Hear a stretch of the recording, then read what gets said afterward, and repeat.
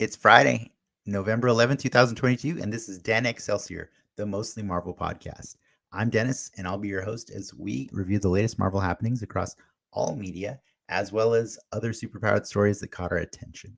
And when I say we, I'm referring to the only people that I'd like to spend my Friday night talking about Black Panther, Wakanda Forever. First up, let's get the man behind the buttons out. It's Ricky. It's me. I'm excited because I actually really just didn't talk to you about this movie since yesterday. No.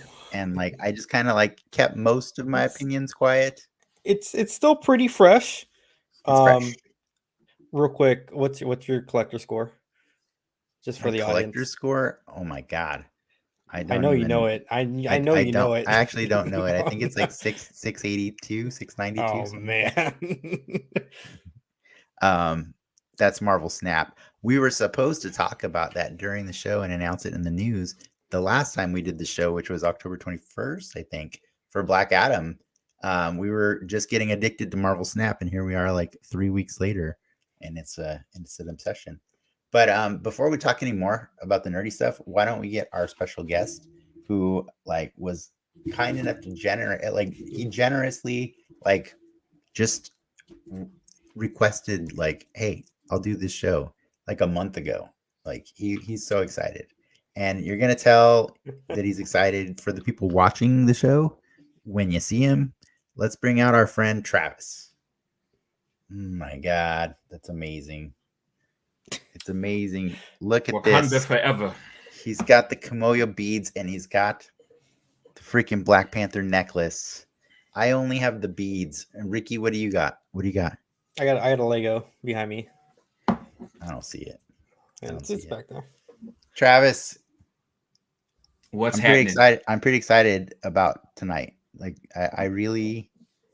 didn't even check Facebook to see what people are saying about this movie. I'm going to. Can I start off by saying I'm going to see it tomorrow? I'm saying Sunday again. I was very I'm very tempted. Very, very tempted. I really am. Yeah. I'm excited. Look, for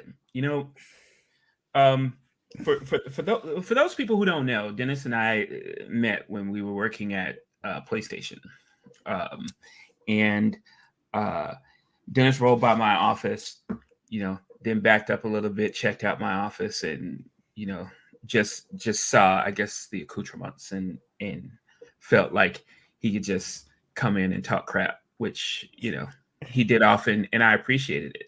And I appreciated it because he knew what he was talking about.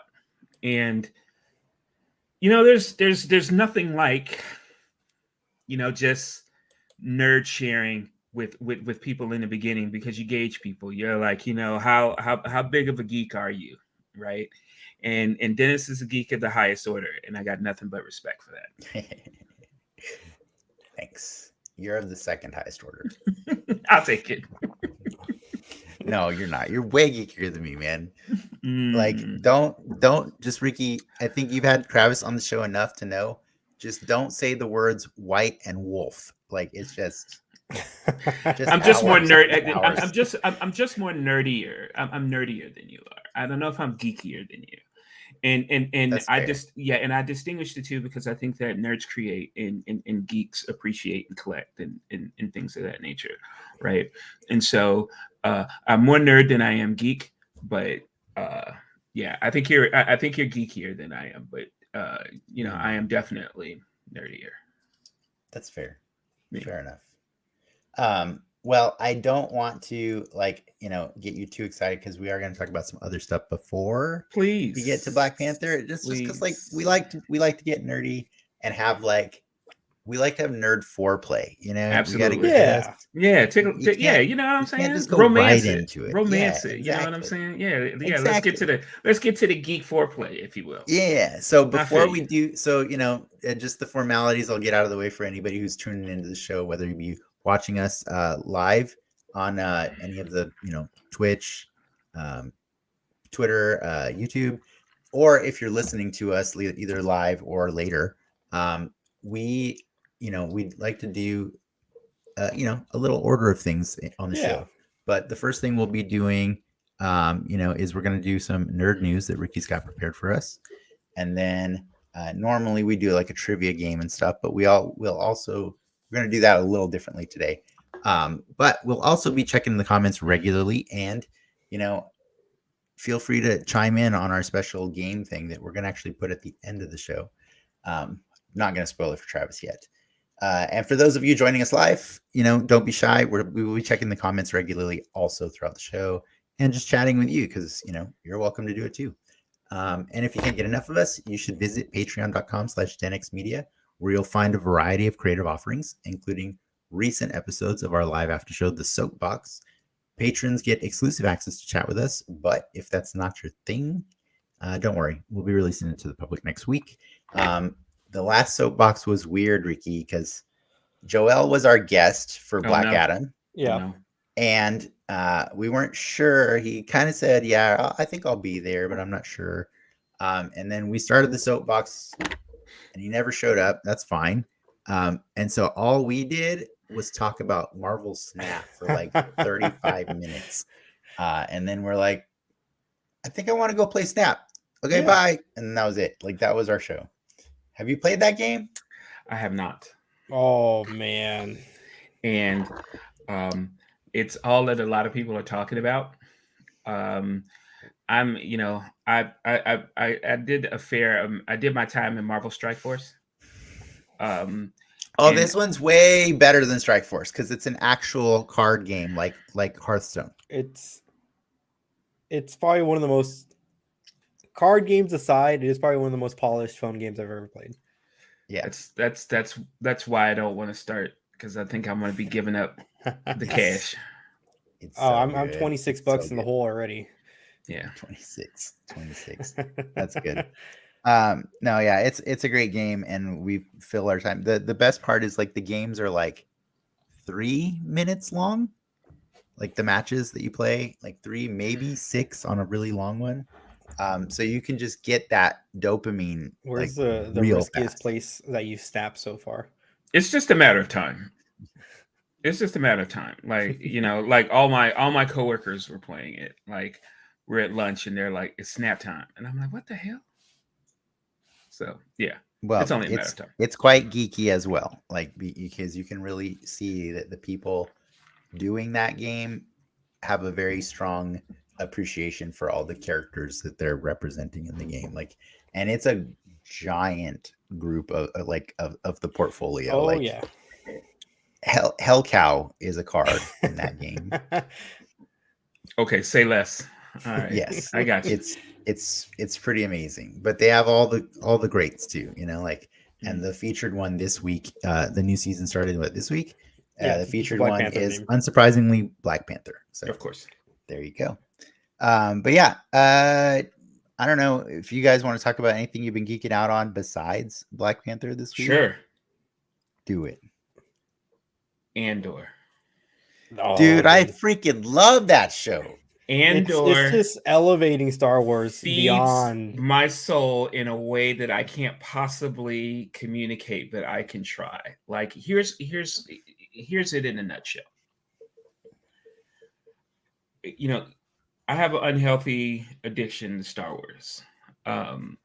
And sometimes that, you know, I feel like I get abused as a fan because I feel like, you know, Disney can just put out whatever they want and I'm going to eat it up. You know, I might not like it, Boba Fett, but you know, it is what it is. Was, you know, so bad. It was, and you know, I can admit that, and for several reasons.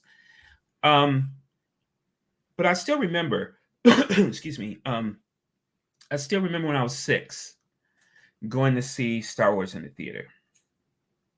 And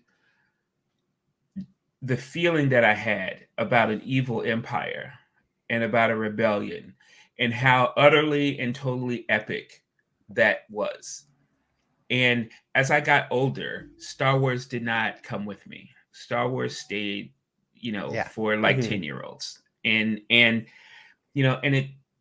I can appreciate that from as someone who works on intellectual properties and brands, I can appreciate that. But at the same time, I always felt, and it really happened around this year where I just felt like maybe Star Wars isn't my thing anymore, right? Like maybe I aged out, right? And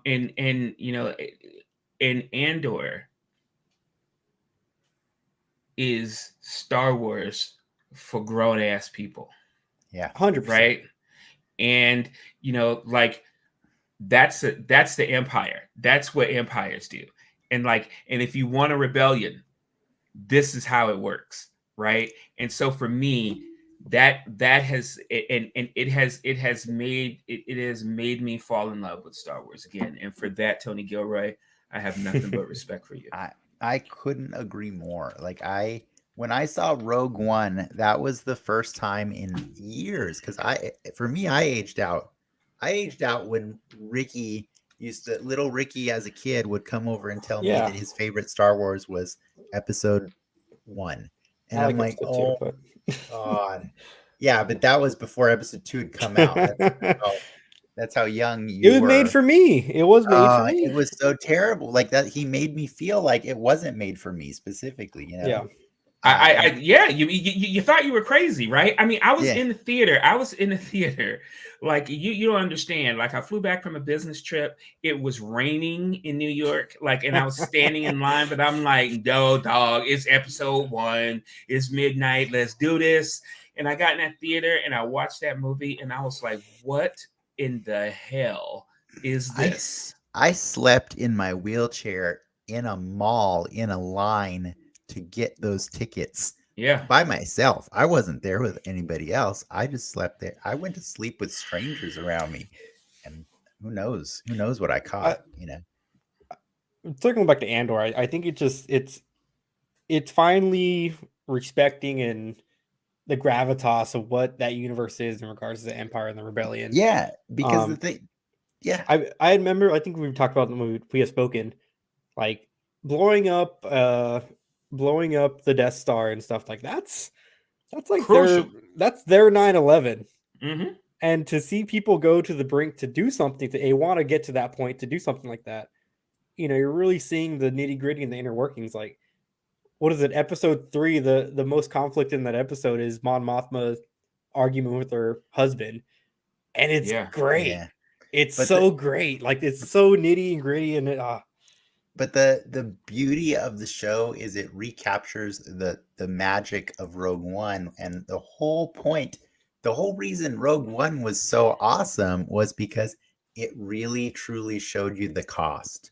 Yep. It showed you the cost on both sides, and it showed you that there really are no winners in this, right? Like, and I kind of dig The Mandalorian also for giving us a tiny glimpse at the cost also, right? Because The Mandalorian's the first time we get to see only 5 years after they defeat the Empire, right?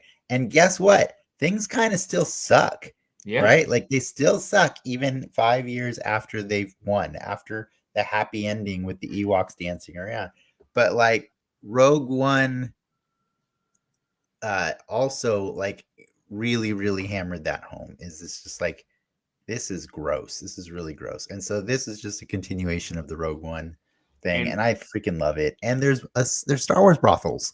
There's brothels. Yeah. I was sold the second the brothel showed up. And there's still, what is this, a 10 episode season? And we already have another 12 episodes. It's 12. And another 12 on deck for next year or whatever. Yeah. It is the best. It's the best Star Wars. It is. Can I tell you also like the single most awesome part of Rogue One for me, aside from just the execution of everything, was their depiction of Vader. Like it's like meeting Jason Voorhees. Yeah. Right, like He a became magical scary Jason again. Voorhees. Like Yeah. he was like, you. That is the last place in the universe you want to be, is in between Vader and whatever the hell he wants. And he housed that whole ship. And I was like, Lord have mercy. Like I am afraid of Vader again. Right. Yeah.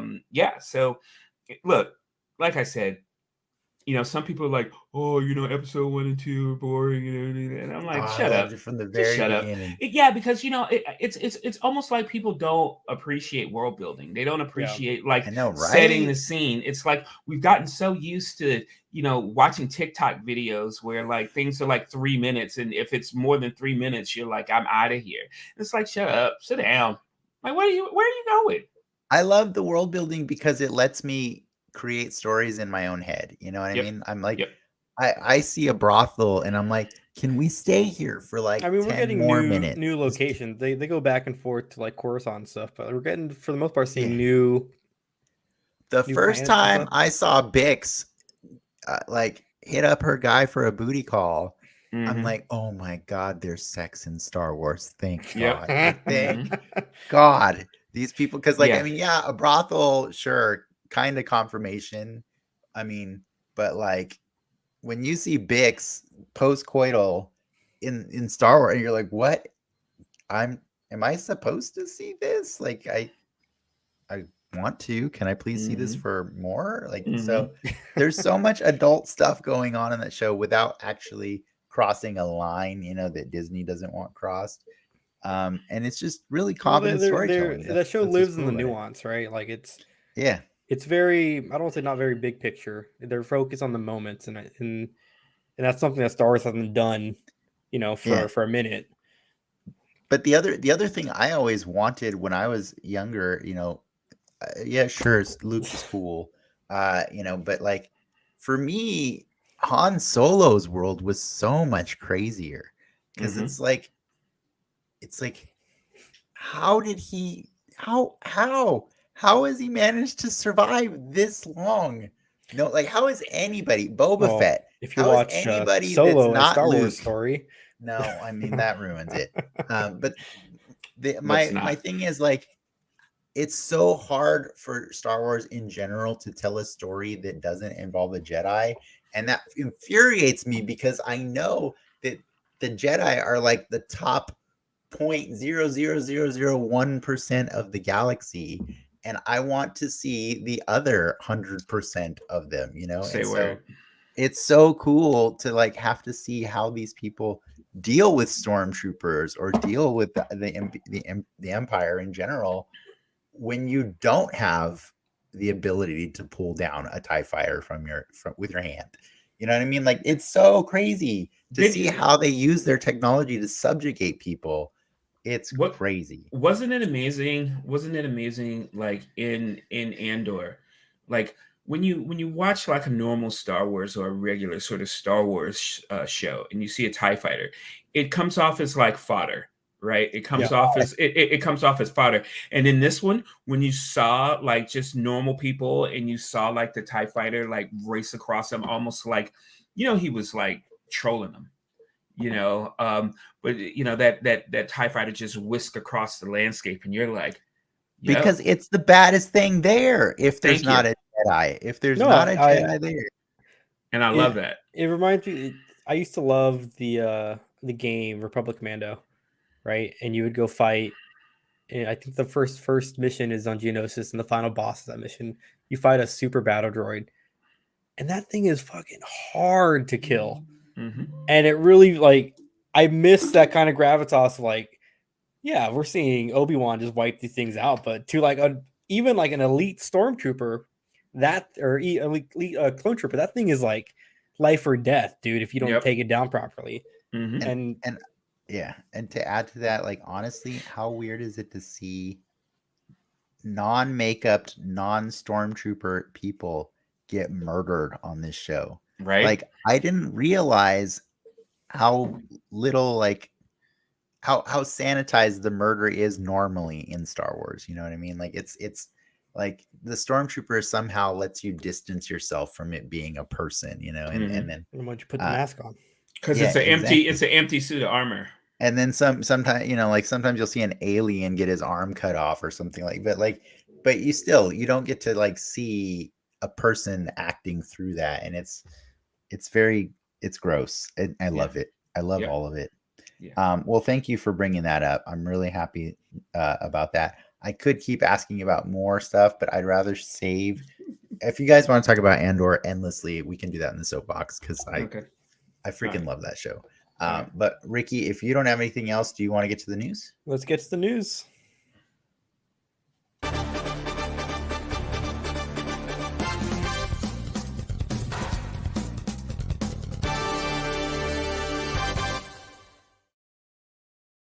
I mean, I guess I'll ride the Disney Plus train because we had a bunch of Disney Plus news come out while we were gone.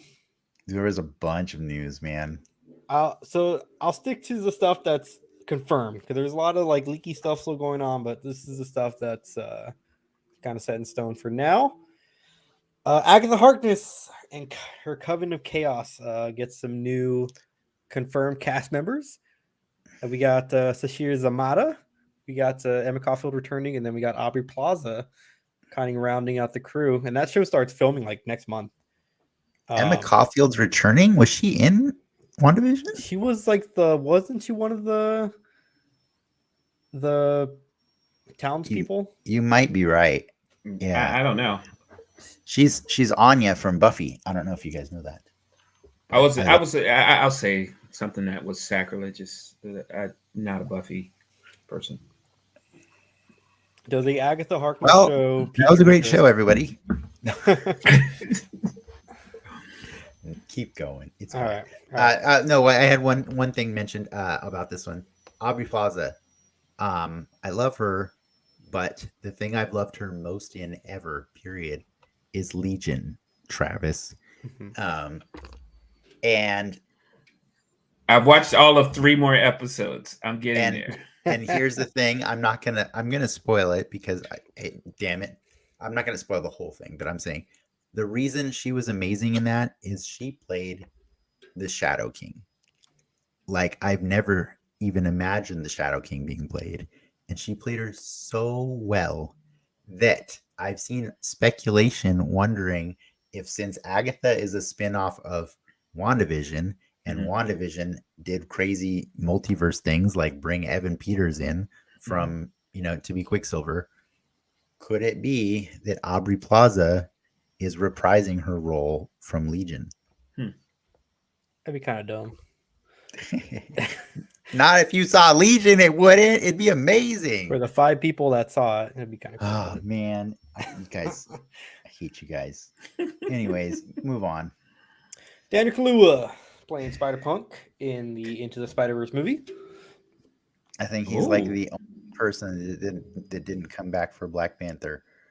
Yeah. So I think he was doing Nope at the time, so he couldn't. Yeah, he really got that Nope money. Yeah, I am excited. I'm happy that they're actually getting, someone. Now this. Oh man, yeah. I freaking love Abdul Mateen. That's your Wonder Man Disney Plus show. I don't know how I feel about that. About the show or about him playing Wonder Man? About him playing Wonder Man. I think he would be great. It is because he has literally played 2 DC characters. Well. That's bullshit though. No. I understand. I know that, and there shouldn't be a pox on someone because they're playing a different, But he did such a great job as Dr. Manhattan. That's why I think he'll do an amazing job with Wonder Man. And I'm not up on Wonder Man. I'm not up on Wonder Man, and of course, Black Manta. And so, Aquaman 2 isn't even out yet, so it's kind of like, can Chris Evans go play a DC character? Well, sure he could, but it'd be weird. I think that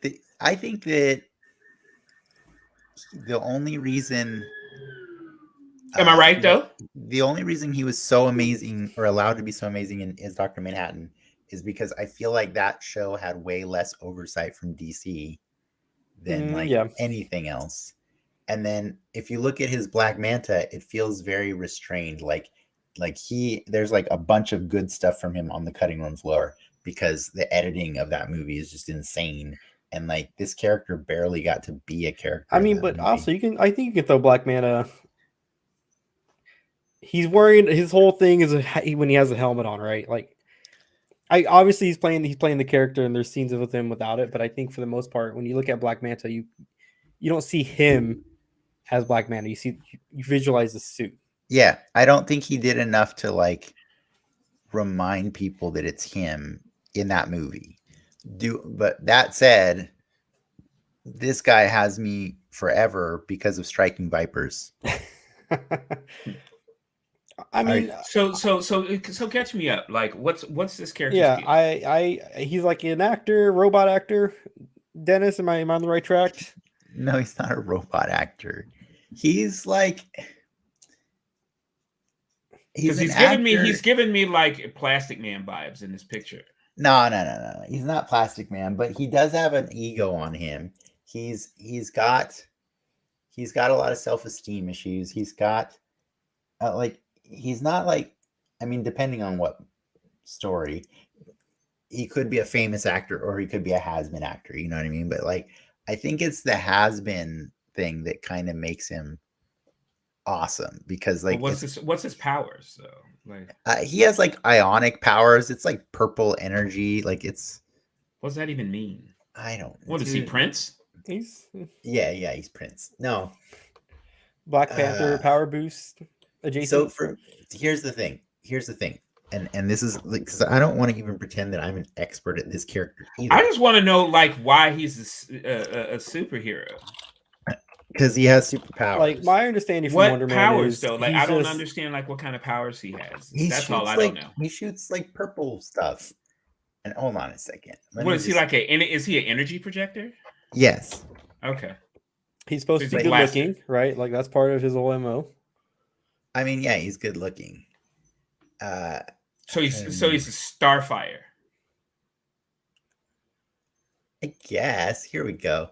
Simon Williams gained his superhuman powers due to chemical and radiation treatments with ionic energy by Baron Zemo, giving him superhuman strength, speed, stamina, durability, agility, and reflexes.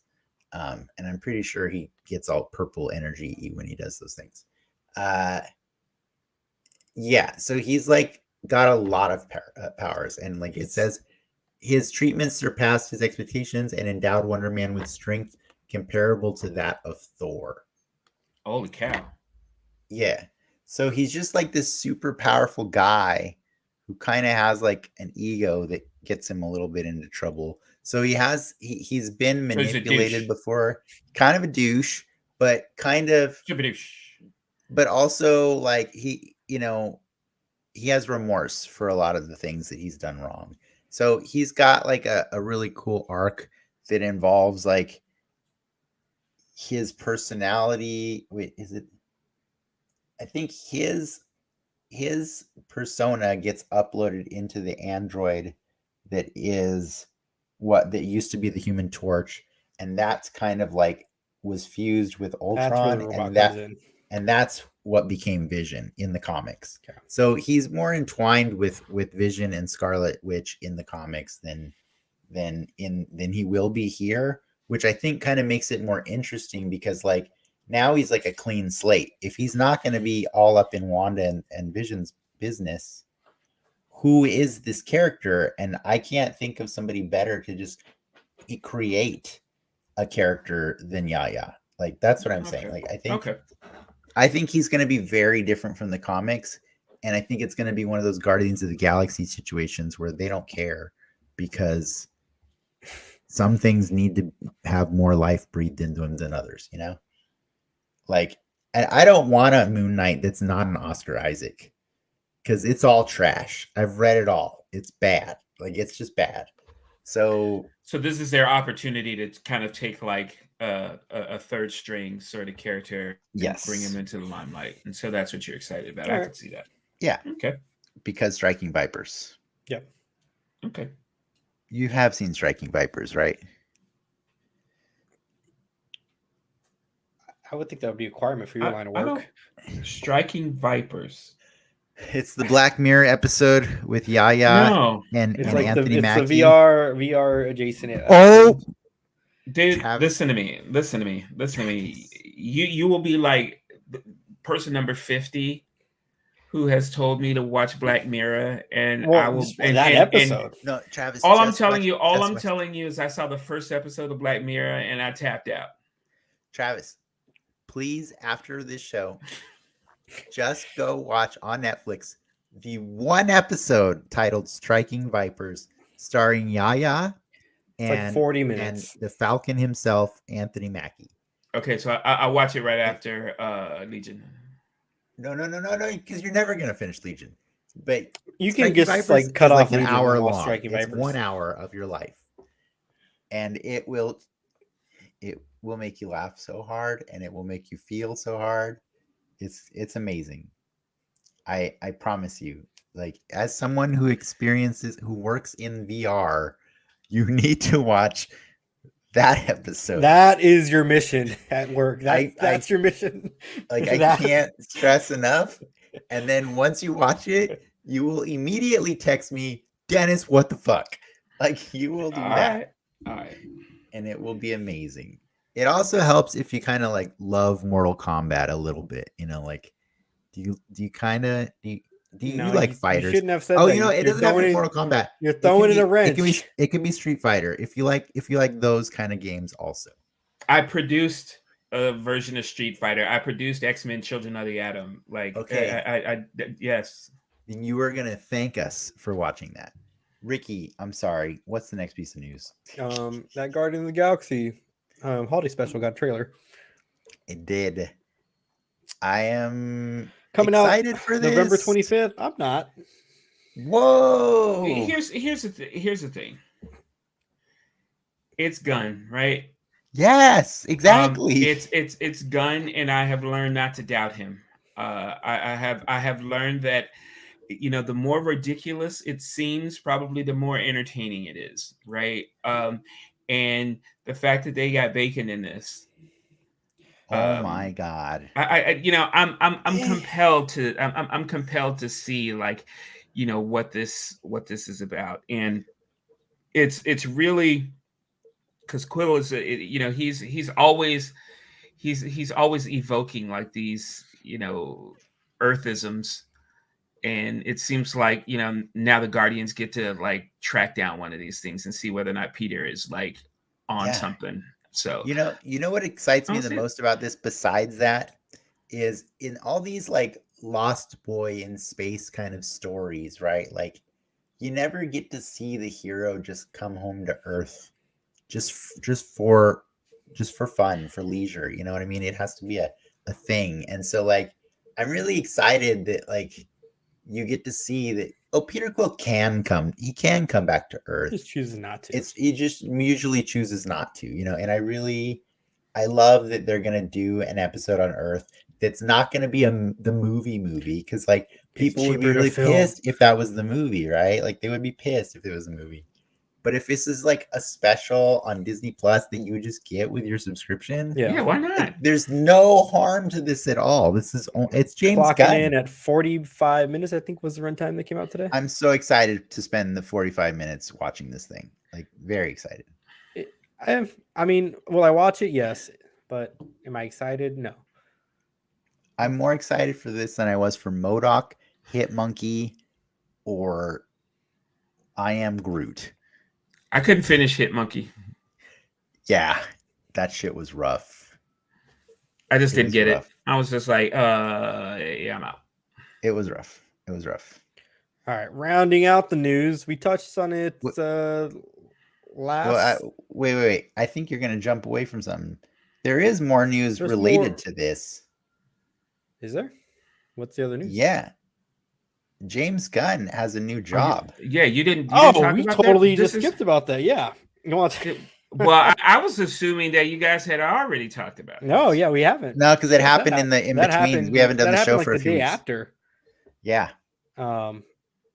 Let's talk about that. James Gunn and his partner in a lot of production stuff. Peter Safran. Yes. Yep.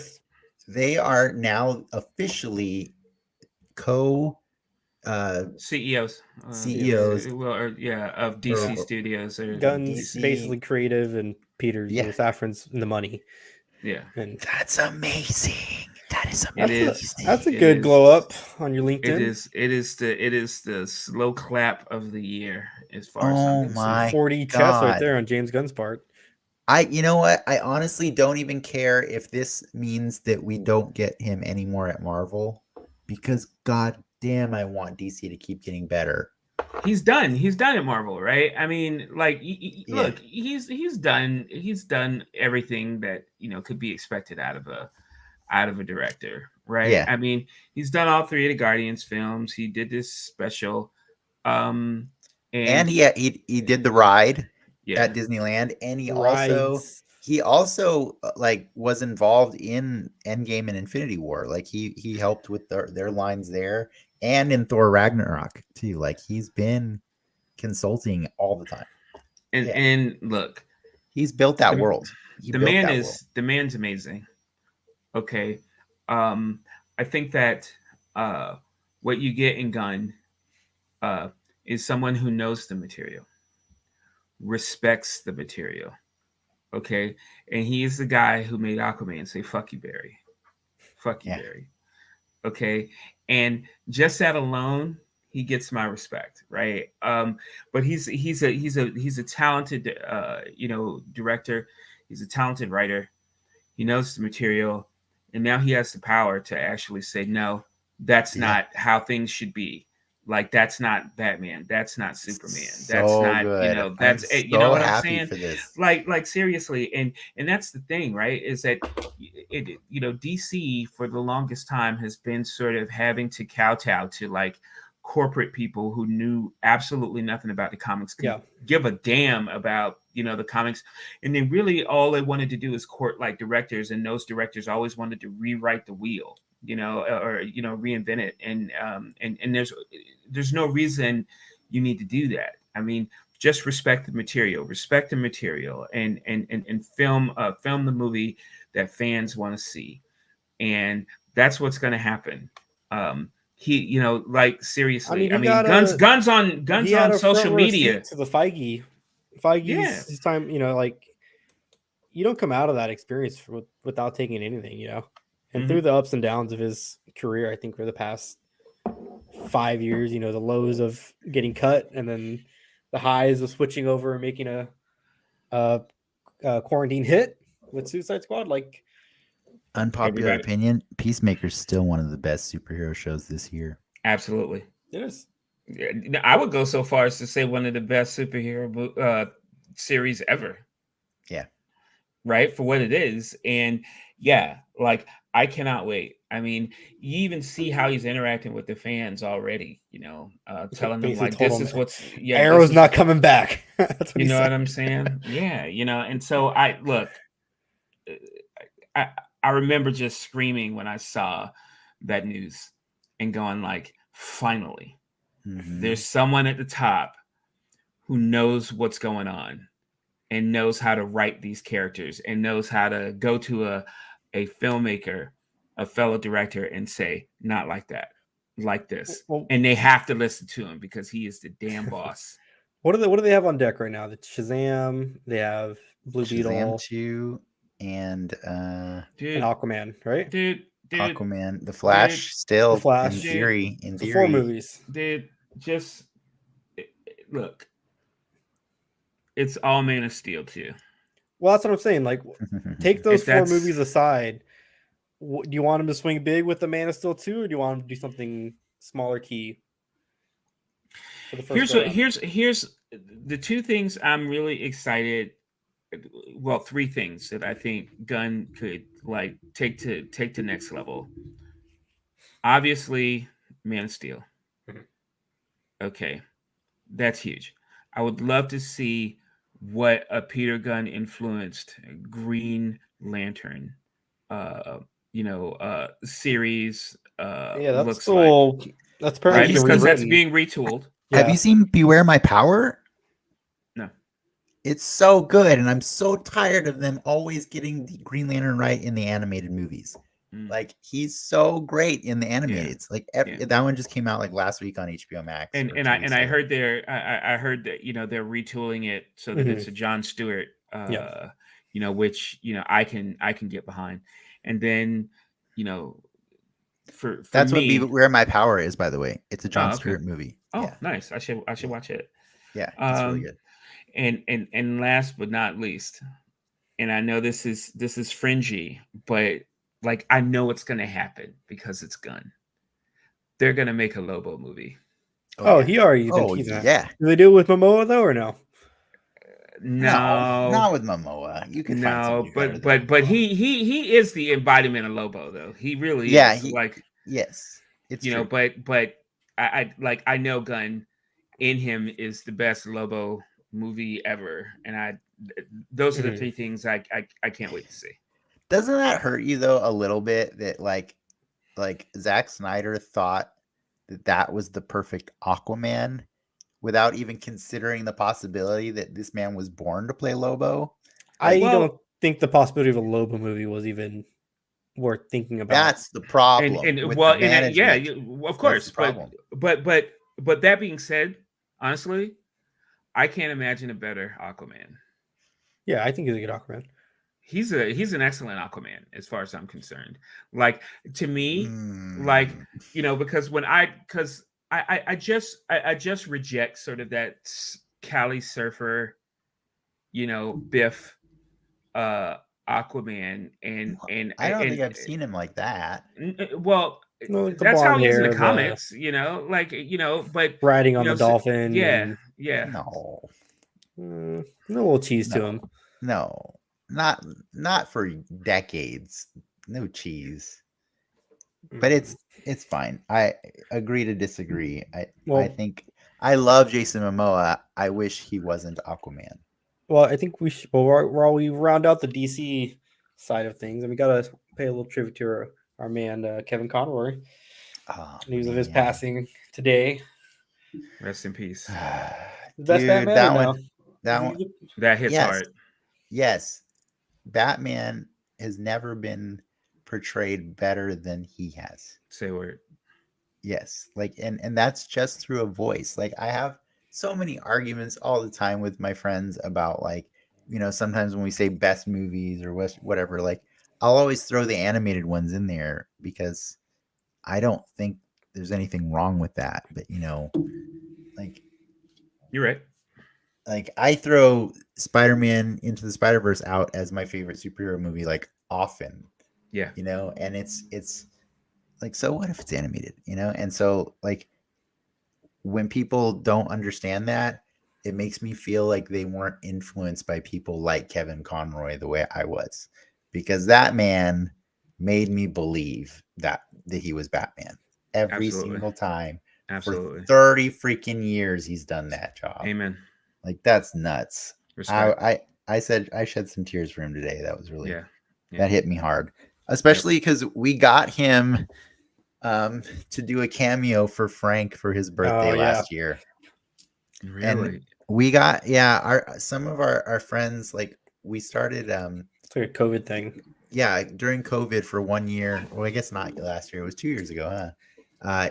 For 2020, we couldn't celebrate birthdays with people, so we just got each other, cameos. And Frank's was Kevin Conroy, and it's a beautiful thing. He posted it for us today, and I'm like, such a great guy. I haven't seen what Mark Hamill's had to say about him, but I'm very. You know, Twitter post. I'm very curious because like those guys were like best working buds for so long. You know what I mean? Like I've seen them at conventions together, and those men were best friends with each other because like they hired Hamill when no one else would. And then imagine that, right? Right? No one else would. And they're like, well, you can do voice acting. And it's like, what is this? But yeah, so the two of them have just been friends. Like, and when you see them together on stage, like the chemistry is real. Like those men love being around each other. Mm-hmm. And And so, if anybody listening has ever wanted to hear those two act the crap out of it, go actually play the video games. The Batman Arkham games are some of the best acting those two men have ever done together.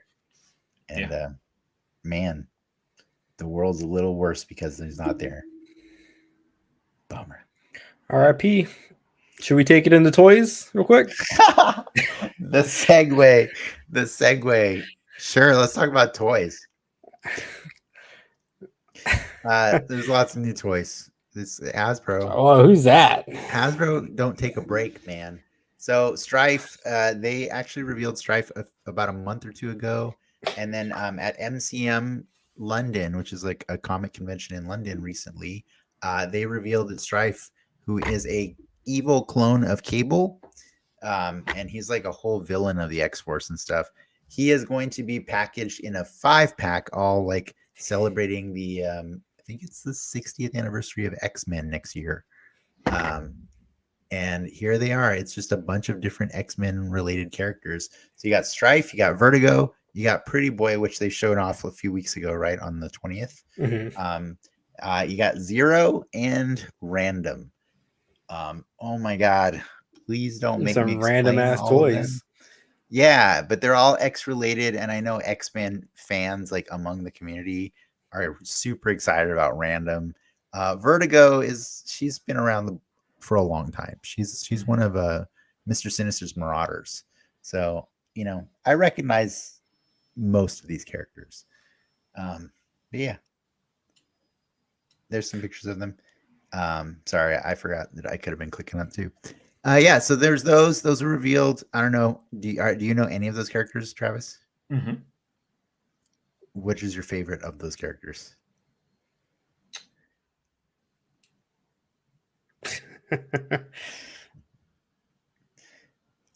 I'm gonna assume his mic went out. Can I change my answer now? Yes, you can. So then after that was revealed, Travis is oohing and awing. It was revealed a week or that following week that there is a Amazon exclusive What If version of Eric Killmonger. And he comes with that nasty spear that he killed Tony Stark with, and claws. And he's got the Panther claws that he took from Black Panther, from T'Challa, right? Mm-hmm. This figure is cool. Yeah, I like the head sculpt on it. Yeah, it's got it is his head sculpt, I believe, or it's the What If version of it. But they have made figures of his actual head before. Yeah, it's just a repaint with a new head, right? This is a repaint of that figure, yes, for sure. It's great. And then I was talking about this before the show. I was so happy. They actually did a pre-order solicitation for the new Black Panther in the new movie only last week, and it turned out it wasn't actually a pre-order. It was a direct release because they wanted to make sure that people didn't get spoiled for the movie, but there is a figure out there. It's a female Black Panther Marvel Legend. It just came out like this week. It's great. Go get it. And then also this week for pre-order went up the new Avengers wave that's going to come out next year. These are some weird characters, man. I think I asked Travis about this one before. This is Molecule Man. He's from Secret Wars. I think he's one of the last figures that hasn't been made for Secret Wars. It's really cool. Orb, we've shown you multiple times. I think he's becoming the damn mascot of the show. We've talked about Orb way too many times on this show. There's a new Wonder Man outfit. That's cool, yeah, Man. like it's I like his jacket. It's the more modern like stories have him like that, and he's also got little jets on the side of his belt, and he's got little fire effects that you can strap onto those. And then it's about damn time, honestly. Yelena Belova got her own figure. She looks cool. I wish she had the unmasked head as well. I don't know. I wish they would have posed her like doing the pose. Yeah. And then Baron von Strucker with his Satan's claw. Please don't make me talk about this guy. He just he looks like Baron von Strucker. What do you want from me? Ultimate Captain America is also included in this one. This was just revealed this week at that convention in London. So there you go. And then the final piece. That's a sexy Iron Man right there. That is Extremis Iron Man. That is actually the Iron Man that started the Iron Man revolution. MCU one, it's based off of that one, right? The MCU one, the original Iron Man, is based off of this design and was also designed by the artist who made this suit. Yeah, it's the same artist helped make the MCU Iron Man. And it's a great figure. And then the Build-A-Figure all puts together Puff Adder. Do you know who Puff Adder is? Puff Adder? Like Adder. Puffadder? Does he have children? I don't know if he has children. I'm not sure. Because then he would be Puff Daddy. Never mind. I see what you're saying. I'm here all week. But no, Puff Adder is a member of the Serpent Society, and they've slowly been, dishing out figures here and there. I'll show you a picture of them when they're all done. They're ridiculous. They're just the weirdest Captain America group of villains I've ever seen. It's absurd. And then there was two last figures that were supposedly rumored. I don't have anything to substantiate these, but there may be a new Blob figure coming out next year and a Ronan the Accuser. That Blob looks sexy as fuck. That boy does look dope. It does look sexy, man. I mean, I don't know what I picture when I picture a perfect Blob figure. That's it. I guess that thing looks solid. You throw that at somebody, they're going down. They're doing some damage.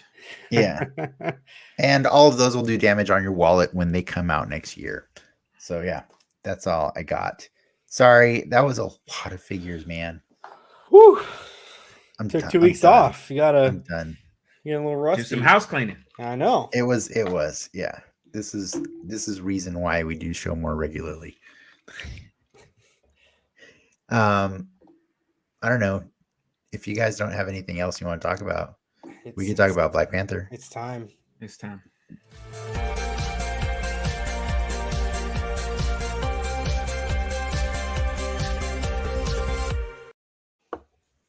Oh my God. Oh man.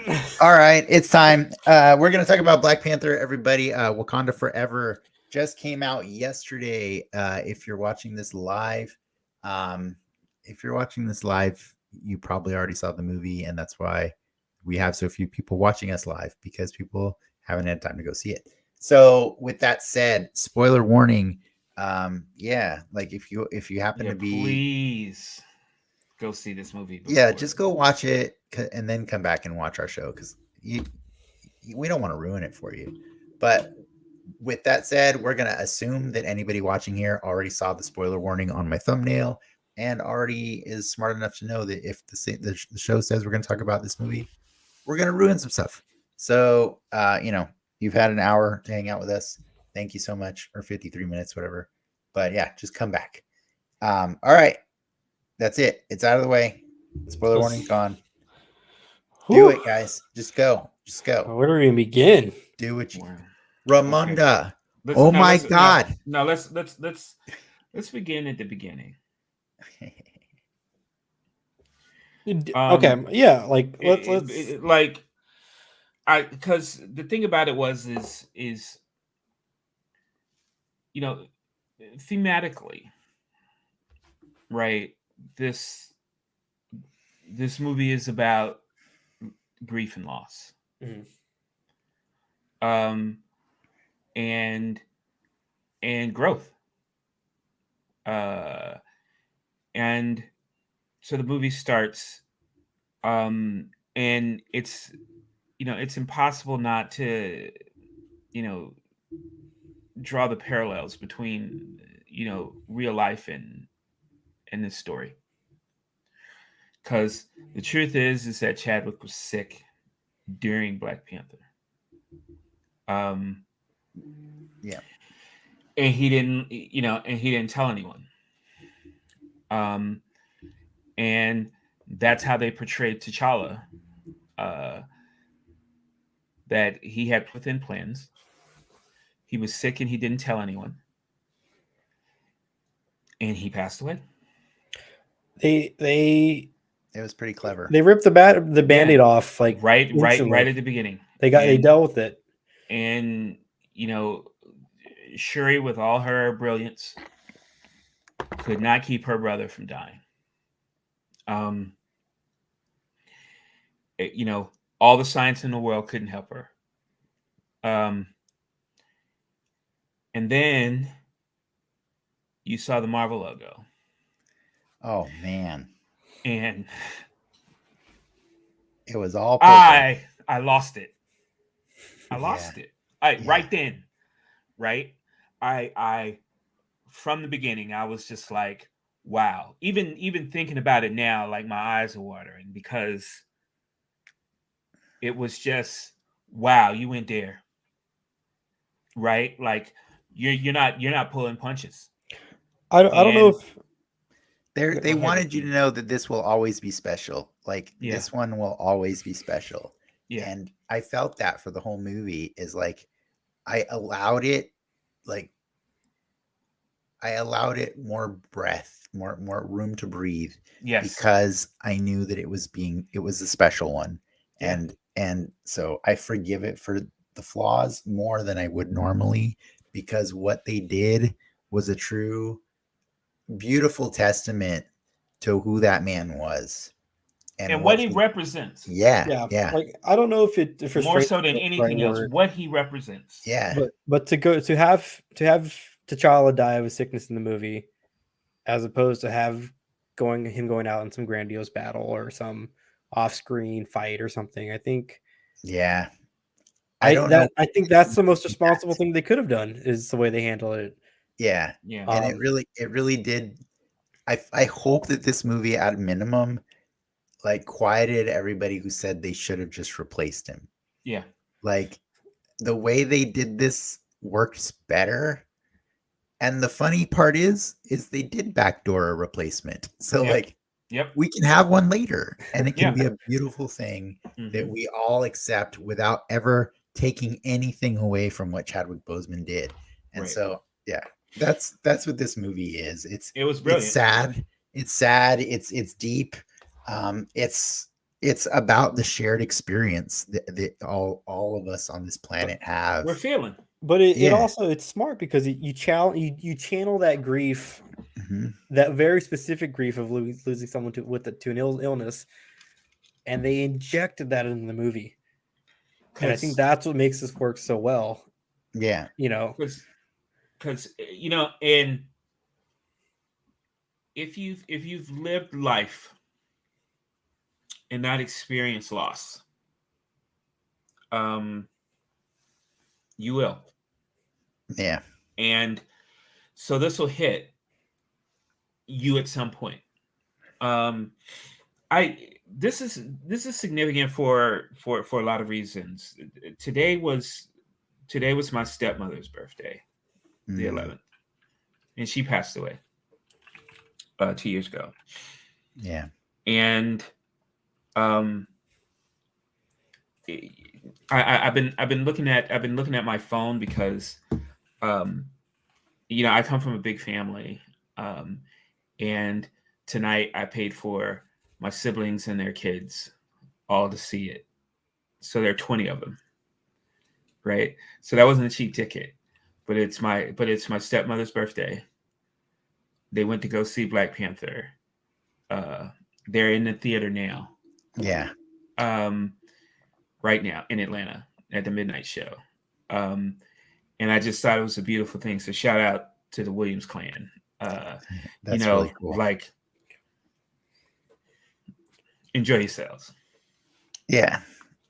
No, it's a really cool movie that just I got asked the question last night, or maybe this morning, which was how does it rate compared to the other movie? And I said, you know what? That's really hard for me to do that, because I feel like this movie can only exist because the first movie. Like this movie perfectly complements that one. And in so many ways, it has moments that echo the first one intentionally. It's the same journey. That's not a bad thing. It's a journey. It's a journey for practically every single character. Yeah, every single character has an arc here, except Everett Ross. Yeah, and so to me, that was the beauty of this film. Is nothing's going to replace the first Black Panther movie. Yeah. To me, it's my favorite superhero movie of all time.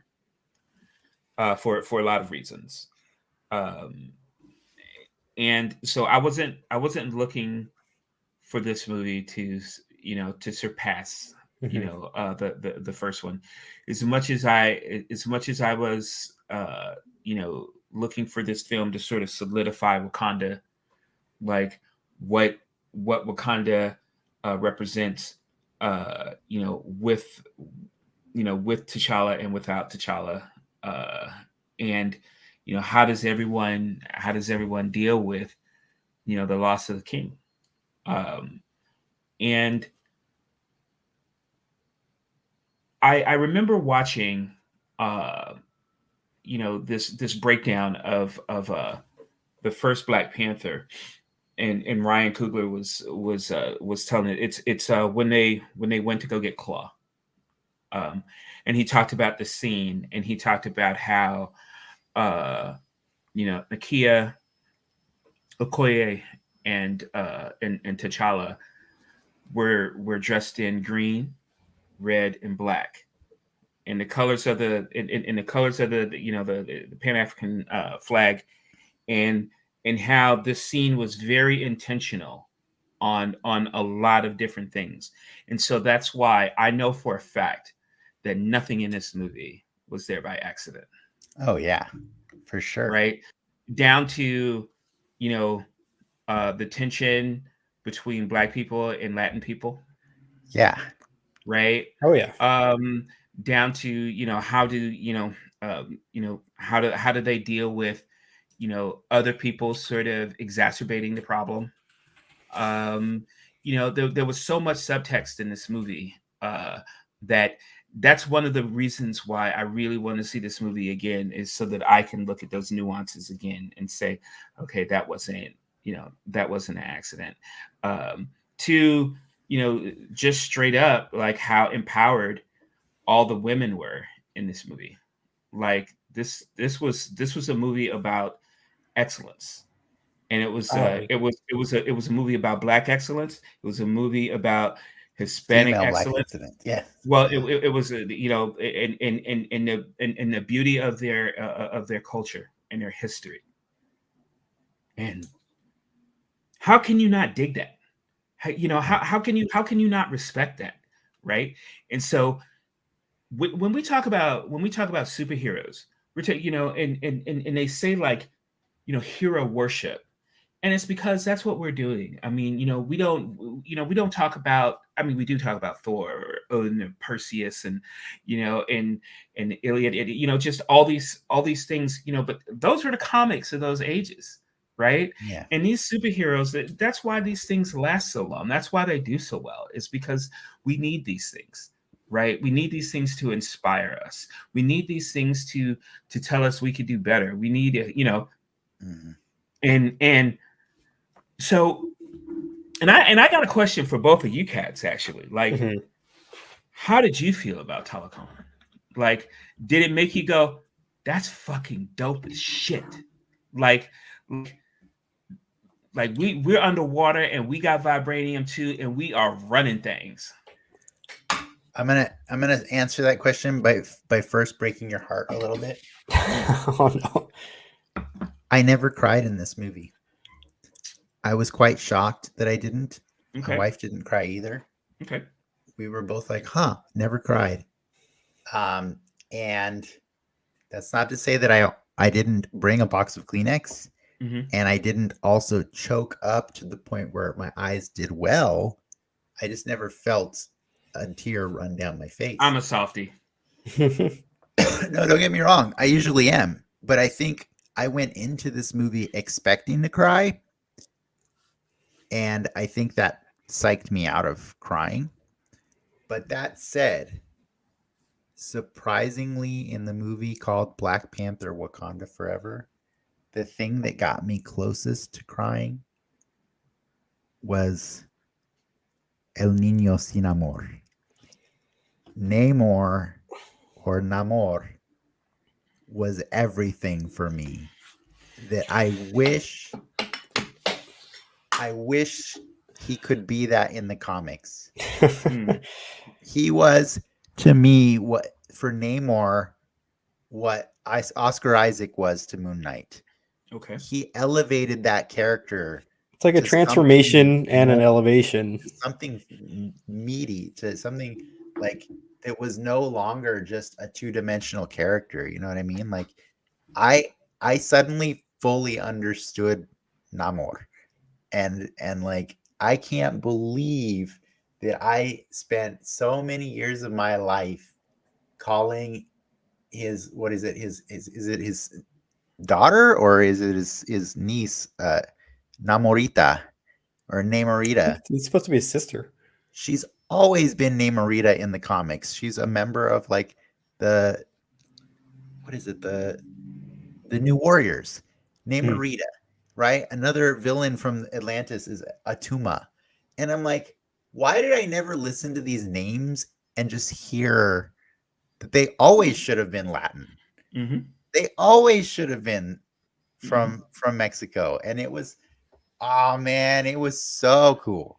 Like I almost cried really hard. And that's why I kind of want to see the movie again, because like I know that I psyched myself out of that one, out of crying.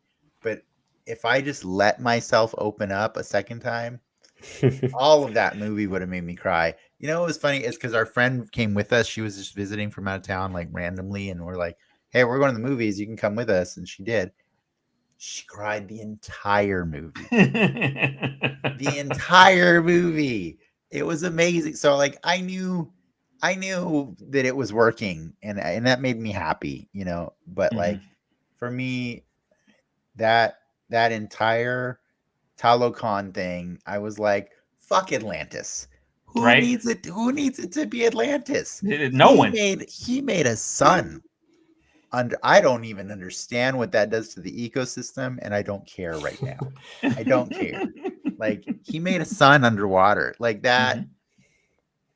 That whole world was amazing to me. Yeah. And I just felt like I felt so much more in awe of that than when I saw Aquaman. It just hit me harder, and it was more realistic. It felt real. Yeah, it felt more real. It you know, I think what is it, being Mexican, you're already the product of colonizers. Yeah, absolutely. Just inherently.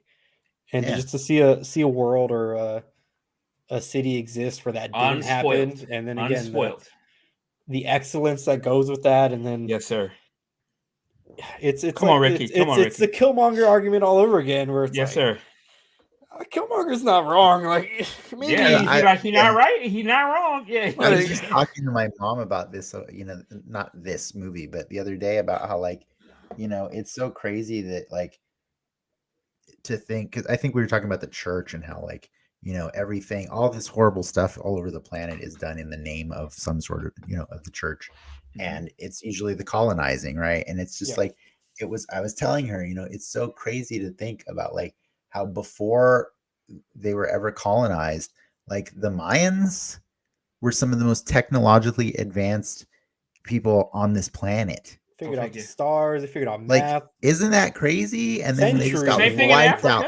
Wiped. I know. That's when I say, isn't that crazy? It's rhetorical. Yeah. I'm being rhetorical. Well, I'm just saying, like, you know, that's what got me at the end. You know, is because Shuri, you know, her mom said, "Show them who you are," and she looked down and she saw herself, right, and she was like, wow, I don't need to do this. I shouldn't do this. Yeah, right. shouldn't. Because he is just as angry as I am for all the right reasons. Yeah. Now, I might not agree with his methods because let's be real. Submariner is a dick. Okay, he's a massive dick. He's a massive dick, but he's not necessarily wrong, right? He's not wrong. So he's like Killmonger, except he's got a lot more ethics. You know what I'm saying? He has way more support. He totally paraded Shuri around Talokan, like, yo, this is what we're about. All the cool shit we got. I'm gonna kill Riri, like because I have to, but like, yeah, I don't want to. Don't get me wrong, I'm not doing it because I want to. Yeah, it's like no, his it's just the thing I love about his character and the way he's established in this story. Like, was it a largely like a slightly too long exposition-y tale about his origin? Maybe just a little long. Like, just a little. Like, I didn't need to necessarily be shown that, like, she, his mother at first resisted drinking the thing, but then was convinced. I mean, you could have just said she was convinced and I would have been okay with that. You know what I mean? Like, little things like that. But was I happy with what they showed me? Because, like, yeah, it did make his story really well explained. And yeah, he's a Killmonger type person in that, like, he believes strongly what he's doing is right for his people. But what's even crazier is, unlike Killmonger, this guy has 500 years of loyalty. He is their god, man. Like, they 500 years of worship him. Colonized. Mm-hmm. So, like, you should be scared about what this guy, anything he decides about anybody else, because the knowledge he has seen this earth and all of the horrors that it can do for 500 years.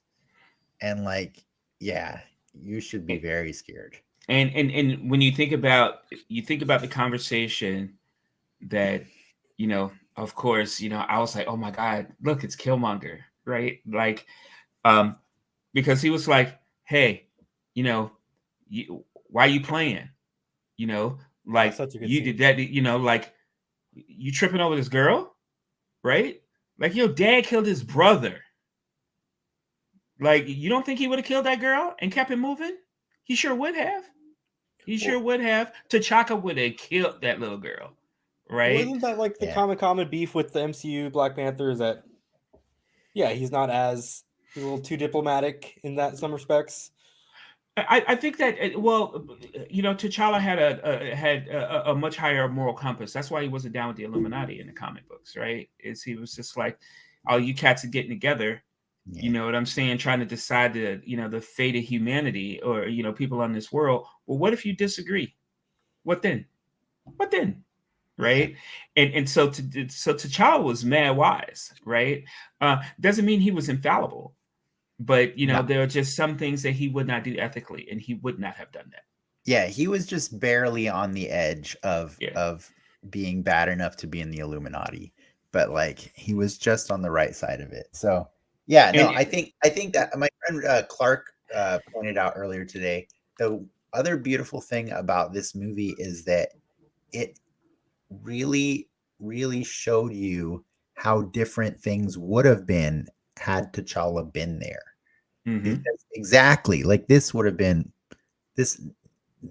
situation would have not been a situation, right? At all.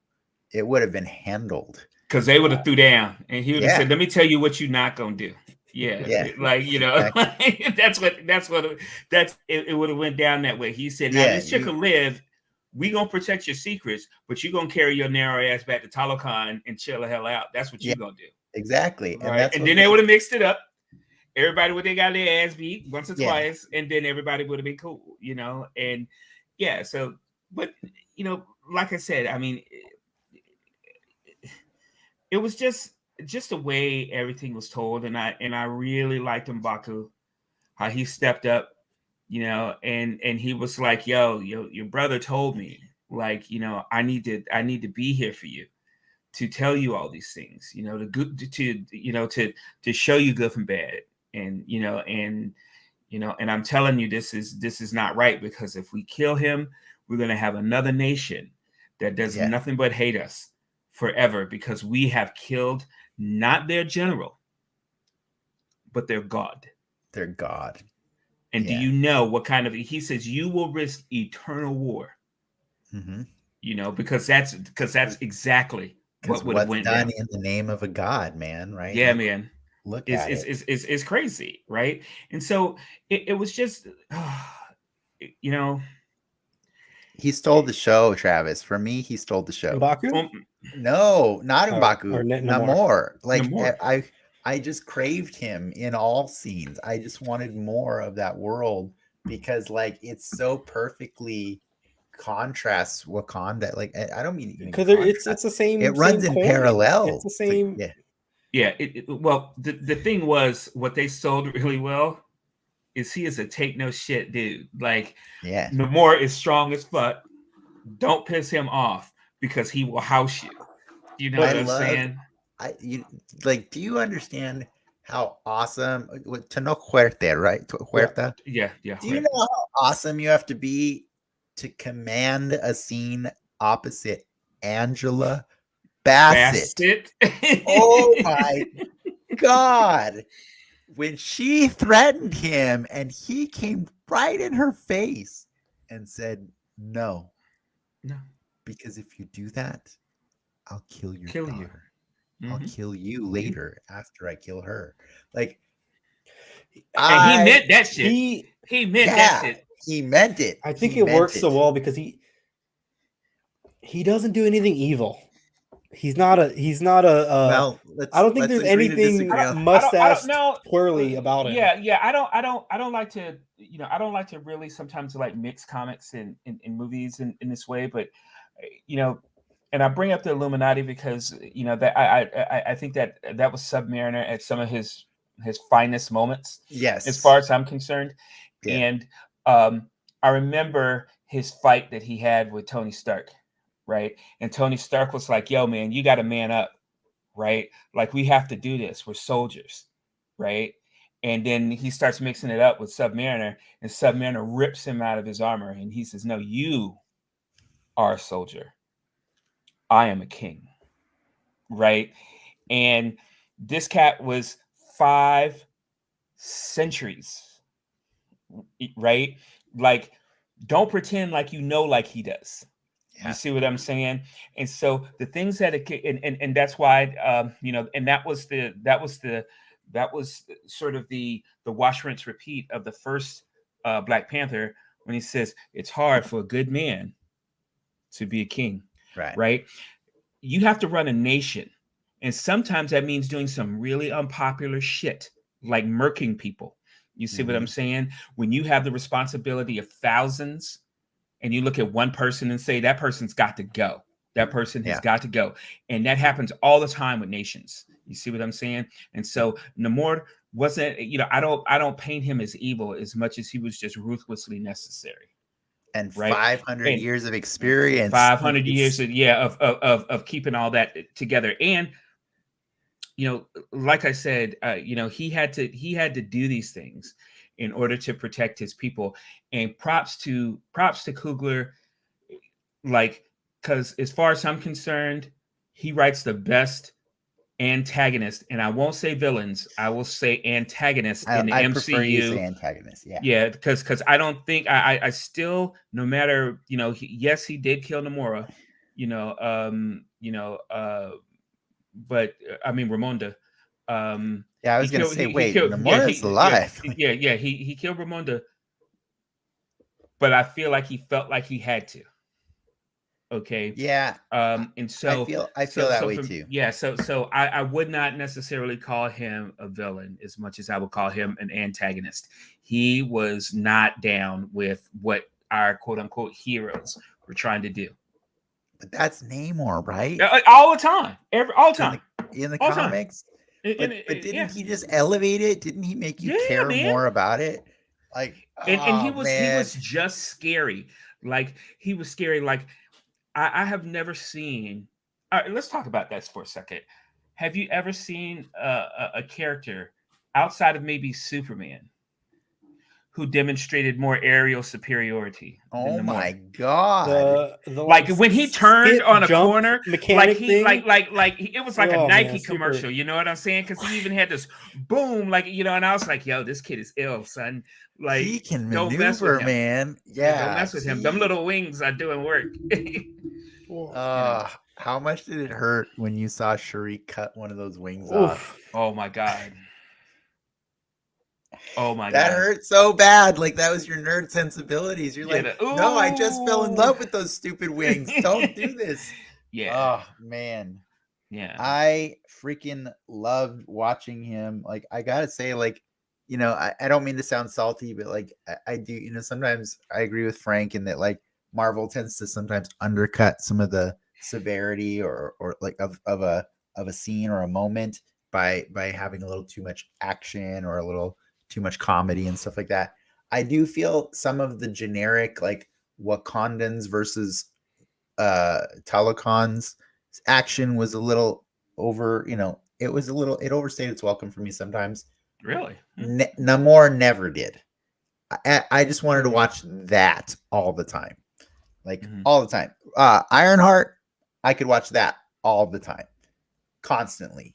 But like, for me, the Dora Milaje kind of peaked after that first scene when they got, you know, when they just came out of the safe.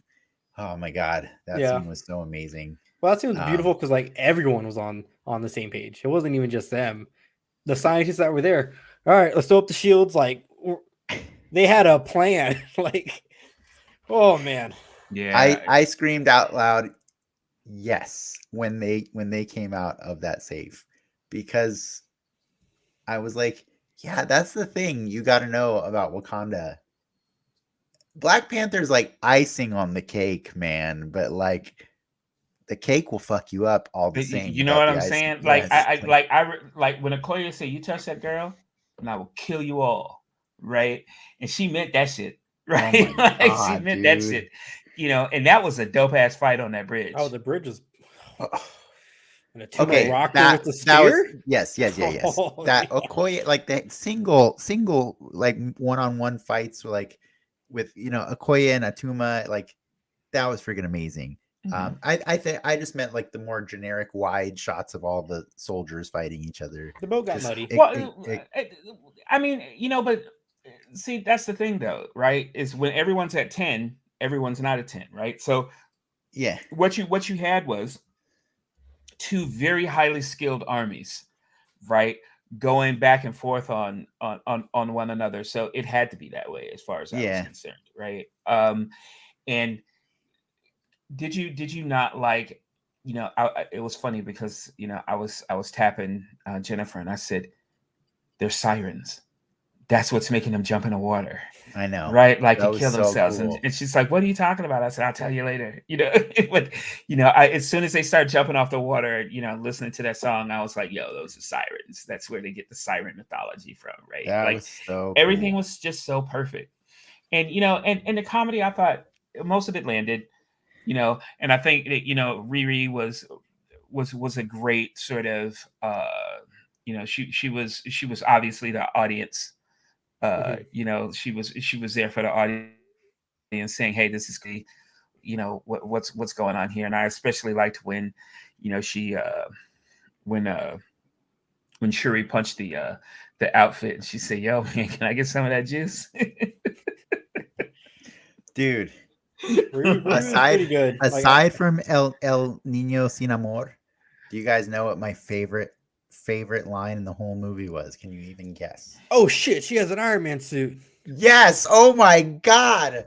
I died on that scene because the world that had to be built for that joke to land so hard, right, is 15 years done. Like, 15, like, was it 15? It needed all of those years to make establish that reality. To establish the reality. That's your baseline. That's your baseline. Like, yell that out, and I'm like, thank you, MCU, for this. Well, how about when who was it? When M'Baku says, you know, strong like the Hulk. You know, you're like, I love how like the MCU characters now are so part of common parlance. They're legends. That They're they're legends now. legendary in that world. You know, I mean, because look, you're living in Yeah. a world where a snap happened. Yeah, You know, exactly. you're living in a world where, you know, like aliens attack New York. You know, it is not like, and that's what's so great about the MCU, as far as I'm concerned, is that now they've established that baseline where this isn't as crazy. You know, people are like, "Oh, you got superpowers." They're like, "Are you an Avenger?" You know, like that's the world. And right? they established the snap as as a milestone for marking like stages of this universe, right? Because It's like BC. Yeah, to say that the snap is the last time that Nakia ever saw the rest of the family, because she went off to go have a baby. Yep. Like that's such a perfect use of 6 years of time, right? Like that's why we're seeing so many young Avengers right now, because they always planned on having this nice gap to allow people to come up in age, right? And so Yeah. dude, we have another T'Challa on deck for, I don't know, 15 years from now, 10 years from now. I didn't expect it. I didn't expect to see that. Now that's where I cried. That's so that was amazing. So, do you think they're going to age him up? Like, you know, find a way to quickly age him up? No. I think there's a guy called Kang that's showing up in a few weeks. That's what I was about to say. I think Kang is going to have something to do with it. No, Kang's going to make that kid older. We get one more. We get one more Shuri. I don't think you get another Black Shuri. Panther, but that movie ends with the new one. I don't think you get another Shuri Black Panther. No, I don't think so. I don't think you do. I think the next one is Shuri, you know, seeding to the new T'Challa. Hey, can we just take a moment to acknowledge that M'Baku is king now, right? It seems that way. I think she let him be king. Yeah. She's got issues. She never wanted the throne. She never. She's got issues, right? Well, he can be king, and she can still be the Black Panther. Black Panther, the Black Panther but I'm doesn't just have saying, to be how king. cool is that M'Baku is the king now, dude? That's amazing. I love that character. I love him so much. He's Winston Duke is just the man. Are you know what I'm saying? I'll never get. Are you done? I'll never get tired of that. I wish he got to do a little bit more, but you're right. The best moment was when he consoled Shuri and like he explained that he will always be there to give her the guidance to be that. But he was by her side because she put him in his place after that scene. When she decides, hey, we're gonna go. Here's the plan. We're gonna get the boat and go get him. And she's a princess. Yeah, and upset or not, he was right there with her. You know. And He had her back. You know, I mean, look. Another character that has been enhanced immensely from the comic origins. Yeah, because he's man-eat. Yes. And he didn't like Black Panther like at all. Like, no, yeah, they were always at each other. He's a villain. He's a villain. Like, but they elevate that character to something so much more, and that's what I've been loving so much about the MCU in the last like all of Phase 4 is they're just making these characters that didn't really exist in any tangible way in the comics suddenly be relevant. The best part, right? Like they're like. The supporting cast of Black Panther is the best supporting cast of any of the Marvel movies. Absolutely. Like, and there was just a gravitas, if I may be so bold, like in this movie, like it resonated to me like Winter Soldier. Right, like there was just something, like I put like Winter Soldier and this in the same level of like seriousness and like and how it just felt grounded, to me, and I enjoy that. I mean, because to me, like a lot of Marvel films sometimes feel a little sugary and saccharine-esque or whatever. And there's nothing necessarily wrong with that. but it's like the distinction sort of between it and DC. Like I think DC airs on a side of being a little too serious sometimes, and Marvel I think airs on being a little bit too like fancy free or whatever, too light. And I think that this was, for me, this was the right mood for this film in particular. Right. Yeah. All of them don't have to be this way. I think that's the beauty of Marvel is they know when they can pivot a little, like they can go, they're starting to branch more, right? Like they're testing that. Like especially after She-Hulk, right? They're like, wait, how far can we dial this up? Like, they know when they got, when they're learning their card to play instruments, or right? what Okay, so I remember in the moment being mad that the Queen died. Because I was thinking to myself, did you really need to do that?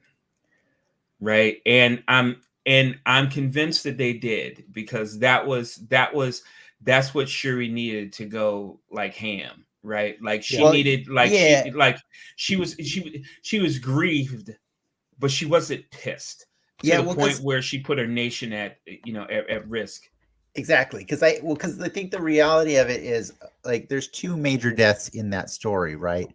But the first one's not really for those characters. It's for all of us, right? Like the first one's for everybody. And so Ramonda is the one that's for those characters in that moment, right? To really like, they needed it. And as much as it hurt me, oh man, I loved watching it because it hurt me, right? Because I'm like, oh shit, he's gonna kill Ramonda. And I just had gotten, I'd been just enjoying her the most in this movie up until that moment. Ah, dude, that's her scene when she strips Okoye. Oh my god, when she fires Okoye, I was like, you know what? She's right. Yeah, she does the callbacks to like slacking, dude. Okoye let Killmonger take the throne, dude. Yeah, like she let Thanos kill T'Challa. You know what I mean? Like, she's done some serious fuck ups. Like, she had receipts. She was ready to go. And so that hurt my soul. But like, I fucking loved every single thing that came out of Angela Bassett's mouth. And she was just amazing. Oh, man. It was just amazing. Like, oh my God. Like, yeah, if she doesn't get nominated, I know, I'm gonna be mad. She killed it. You got to see her be a leader in this one, as opposed to the other one. I don't think she had that opportunity. Yeah. Okay. Yeah, so let's. Agree. So all right. So let's talk about that Killmonger scene. I knew it was coming. I honestly really did. I wanted it. I wanted it. I did. I wasn't sure they were going to give it to us, and and I liked how they gave him, I think, a more proper send off. Right. It was good. To me, I mean, he's still pissed. It spoke to, like, if she's going to go see, her ancestors or her family. What's up, cousin? You understand her frame of mind by having him there. Mm-hmm. Yeah, that's it, because she was all about vengeance at that point, right? And so it was only fitting and proper that if she went to the happy hunting lands, basically, that Killmonger would be like, "What up, though? Like, how you doing?"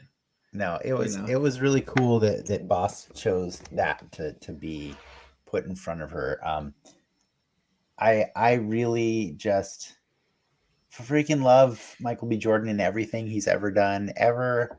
And yeah, I've never seen a Ryan Coogler movie that doesn't have him in it. So so I was really struggling going into this movie with, like, for the last few years, like, how do you do Black Panther 2 without Killmonger? And so remember, I told you a few months ago, Travis, I was like, I kind of think maybe Shuri's going to try and bring Killmonger back so that I remember.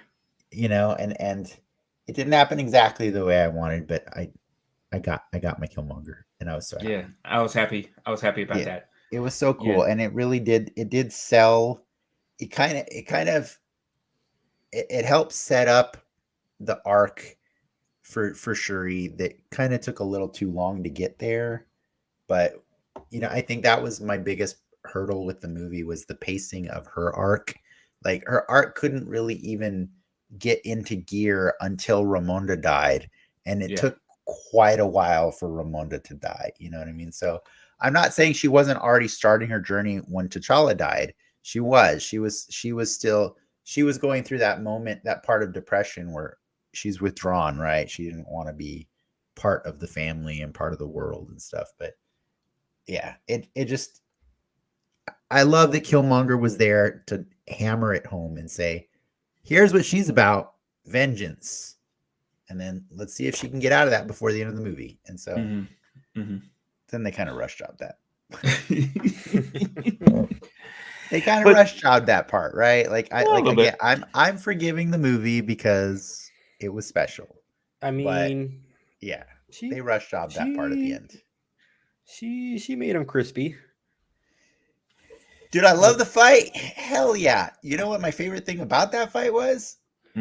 Is that she got her ass kicked because she should have. Yes, because she should have for so many reasons.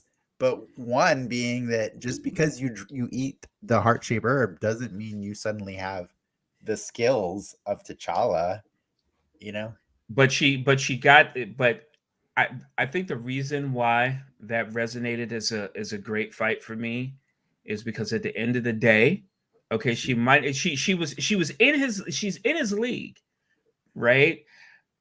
But she was smarter than him. Yes. And she had a plan. Yes. Right. Shuri's smart. Her technology, which is that's her. So strength, she was right? Like, he's got a weakness. We need to dry this dude out like some beef jerky.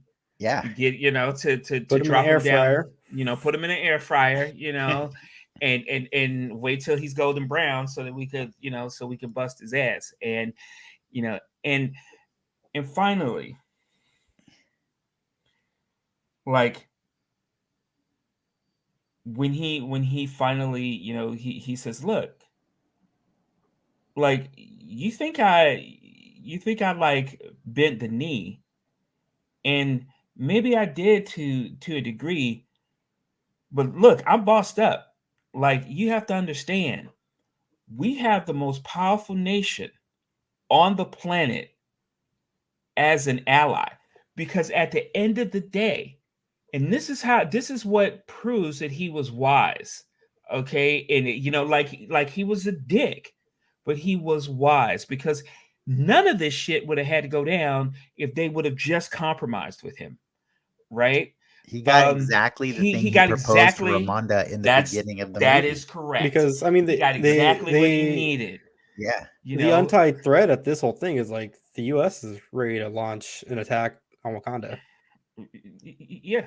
Right. So like that's well, he was just like it's a matter of time, whether it be the U.S. or somebody else.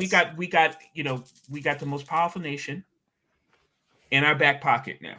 They're allies with us. Yeah. Because we need each other. And so don't think that, this puts us in, in some weak place. This puts us in the most powerful place that we can possibly be. This is exactly what I wanted. I also like, really good on you, Namora. You did exactly what you needed to do. I also like that Namora came at him really angry, and by the end of that conversation, she's like, "Oh yeah, I forgot. You're super wise, and you definitely know what you're talking about. Got it. Sorry, bro. I forgot you got like 480 years on me. My bad. Yeah. My bad. Playing that 4D chess right there. Exactly.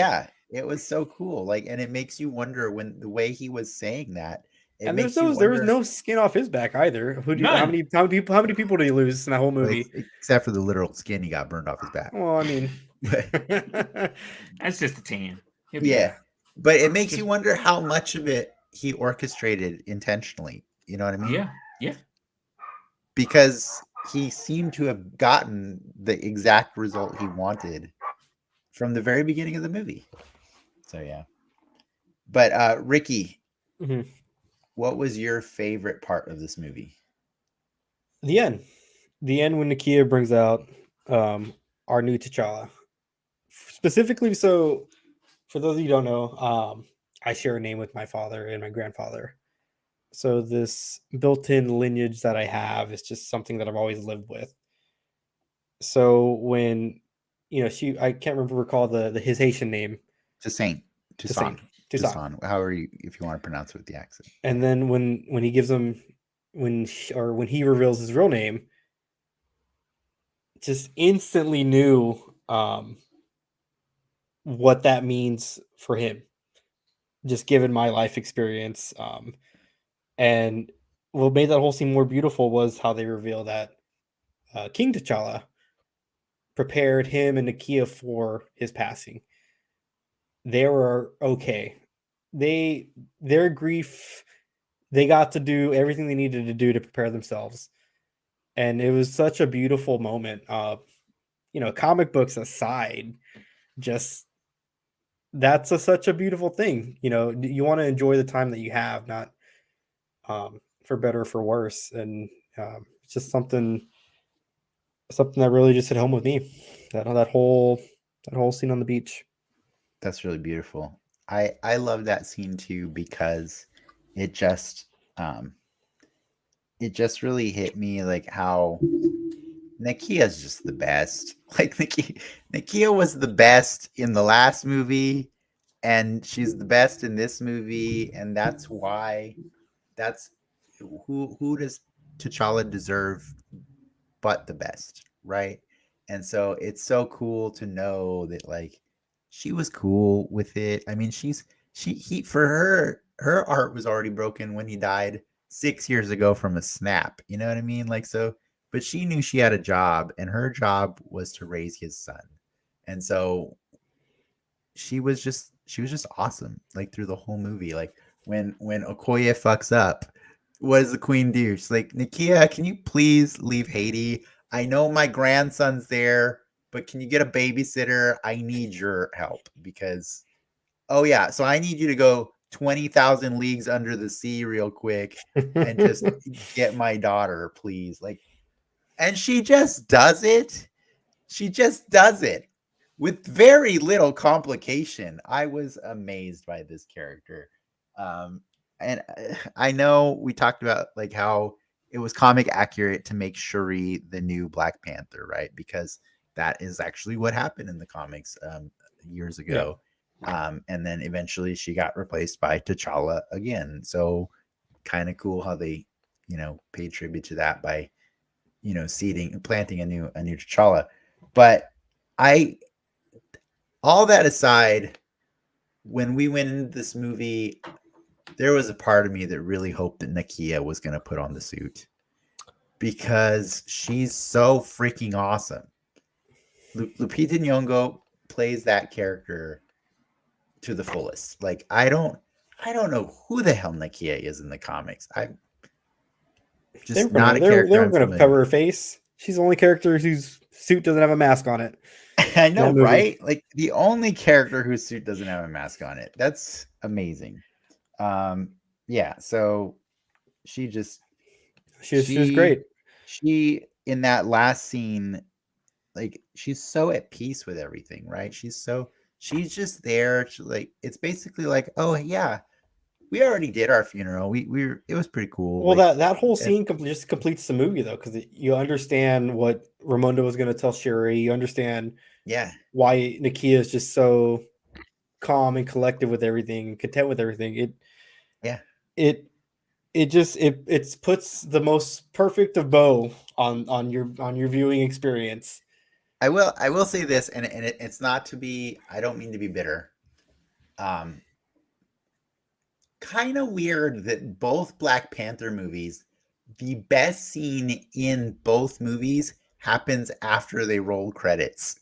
Like, what are you doing? Like, I get it. You really want people to see to be respectful. What was the post credits of Black Panther 1? I only remember it's him going to the UN and making the speech and opening, Wakanda to the world, and it's a very powerful speech about we need to be building bridges and not walls and all that.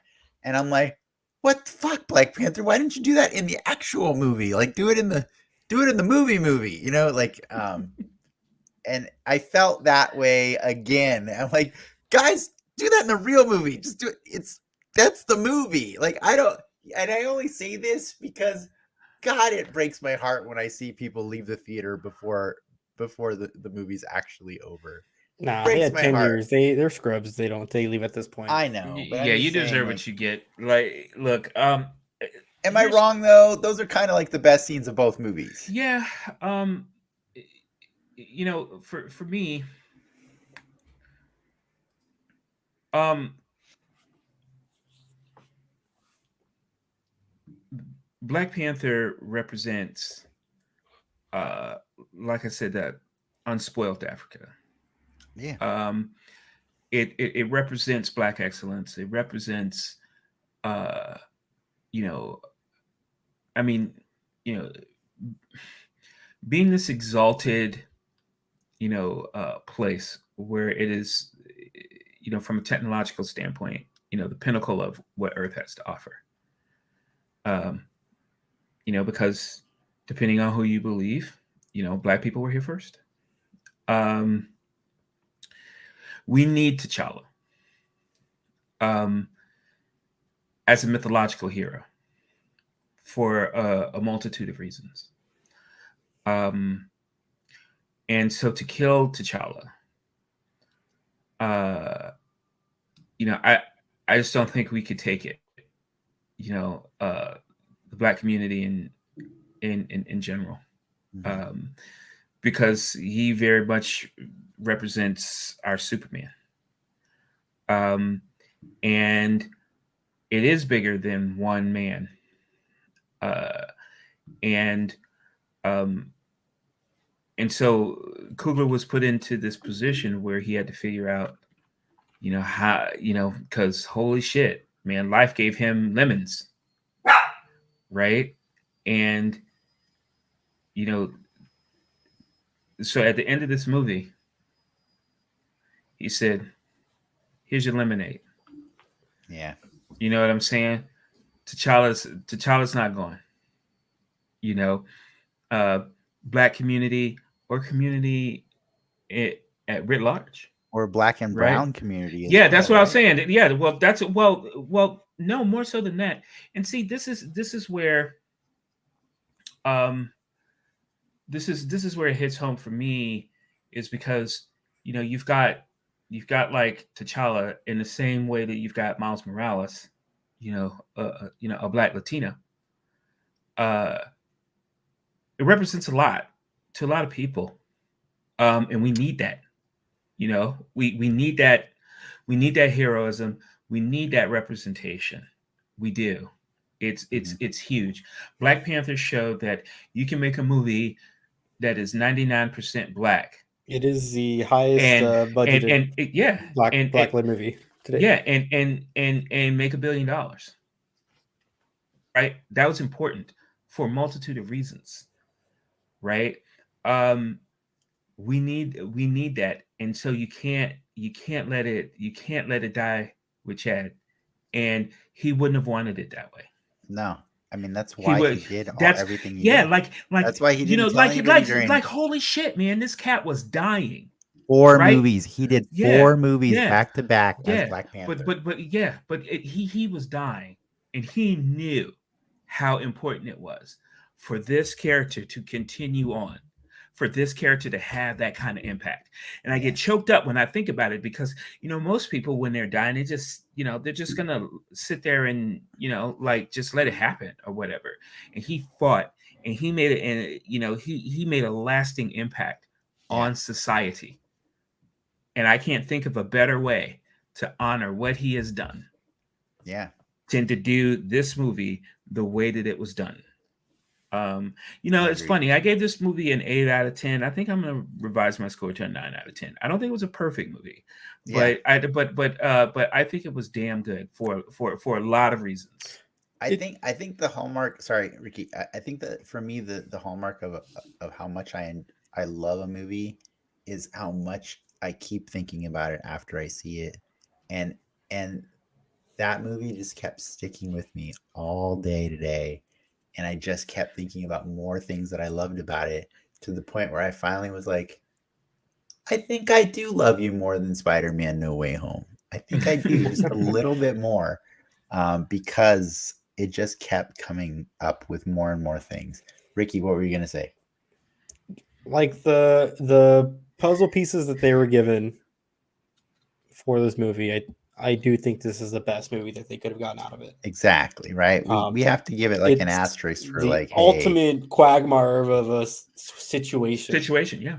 Like yeah, there's no way you're gonna please everybody. There's no way, you're gonna satisfy everyone. But the hand they played is probably the best. And gentlemen, I just want to say honestly, like I really wanted to do this with two cats who are Latin, just because I wanted to see whether or not you felt it like I did. I felt him so bad, and I promise you, I will cry the next time I watch that movie, because he was perfection, and I will never ever fault somebody for pronouncing his name Namor again. I will say this, and I don't know that this is like an insensitivity thing or what, but it really rubbed me the wrong way that right after he told Ramonda and Shuri his name, Ramonda just went around town calling him Namor. And I was like, are you doing that because you're racist or what? Or you just didn't hear it right? Or like that kind of hurt. It's an accent, like sometimes, people can't pronounce their W's when they're, from certain countries, and it comes off like a V or something like that, and so no, I don't think it was that at all. I just and I think that was intentional. It wasn't intentional slight. I think it was just that things were just what they were, and she just she heard it a couple times, but it hurt me every time they pronounced it Namor. I'm like, you, shame on you. I agree, Zachary. It's Zach, thank you for joining us. And yes, it was the most beautiful, like delicious lemonade they could make out of the lemons that they had. And that's really why, like, I can't picture another movie being made like than the one that we got. It's so cool. And and I think that the ultimate compliment I can give this is like, I can't wait to see what they do next. I can't, for both things. I mean, I like, what does the Submariner do next? Oh my God. I hope we get him soon. I need him back. I need him back so soon. I need to find Kang. Get that man to fight Kang. I need him in everybody's business, man. Oh man, did he not rock those trunks as hard as possible? They look good, right? Yeah, man. Like he's a tough character to sell, dude. I know, because it's like, yo, here, where's my costume? They beefed him up and they got the trunks. Here your Speedos. He worked that costume, man. Way to go. Bravo. I will be really in trouble if I don't mention one last thing about Namor that my wife wanted to point out. She rolled her eyes so hard when he spoke in Mayan and the subtitles said Imperious Rex. It's like the subtitles broke, and all movie long they were converting Mayan to English, and all of a sudden they broke and started speaking Latin. How does that even make sense that he spoke Latin in Mayan? Yeah, I mean, right? But he was gonna say it. The geek in me was like, yeah, he said it. But like Avengers Assemble was gonna happen. Yeah, but what else? You knew it's clobbering time is gonna happen. Clobbering time is gonna happen. Sweet Christmas, Bub is gonna happen. He said it at the best time he could have said it though. Like, but he said it in the wrong language is the point I'm making. Like if you say, I mean, you want to get like why is Namor speaking English? Like when would he? If they've been hidden, brother's got 500 years. He's 500 years old. Yeah, but that's why they're he's speaking English. Hidden like that. Like why? I don't know. They're not though. Hidden, there's villagers, but not hidden, but not stupid. Like 500 years, he's gonna have all kinds of spies, just like Wakanda does. They're not blind to what's going on. I think that's for your earlier overall assessment of the movie. But Joel just wanted to chime in and say what Travis just said. Word. Okay. By the way, yeah, she got so mad. She looked up like Imperious Rex. She's like, doesn't that just mean like Empire King? It's just, it doesn't really mean anything. As a matter it means of fact, kingly king is what it means. It's so it's so stupid, right? Yeah. Like it's just a thing. You know what? I mean, but he got it out of the way. He'll never say it again.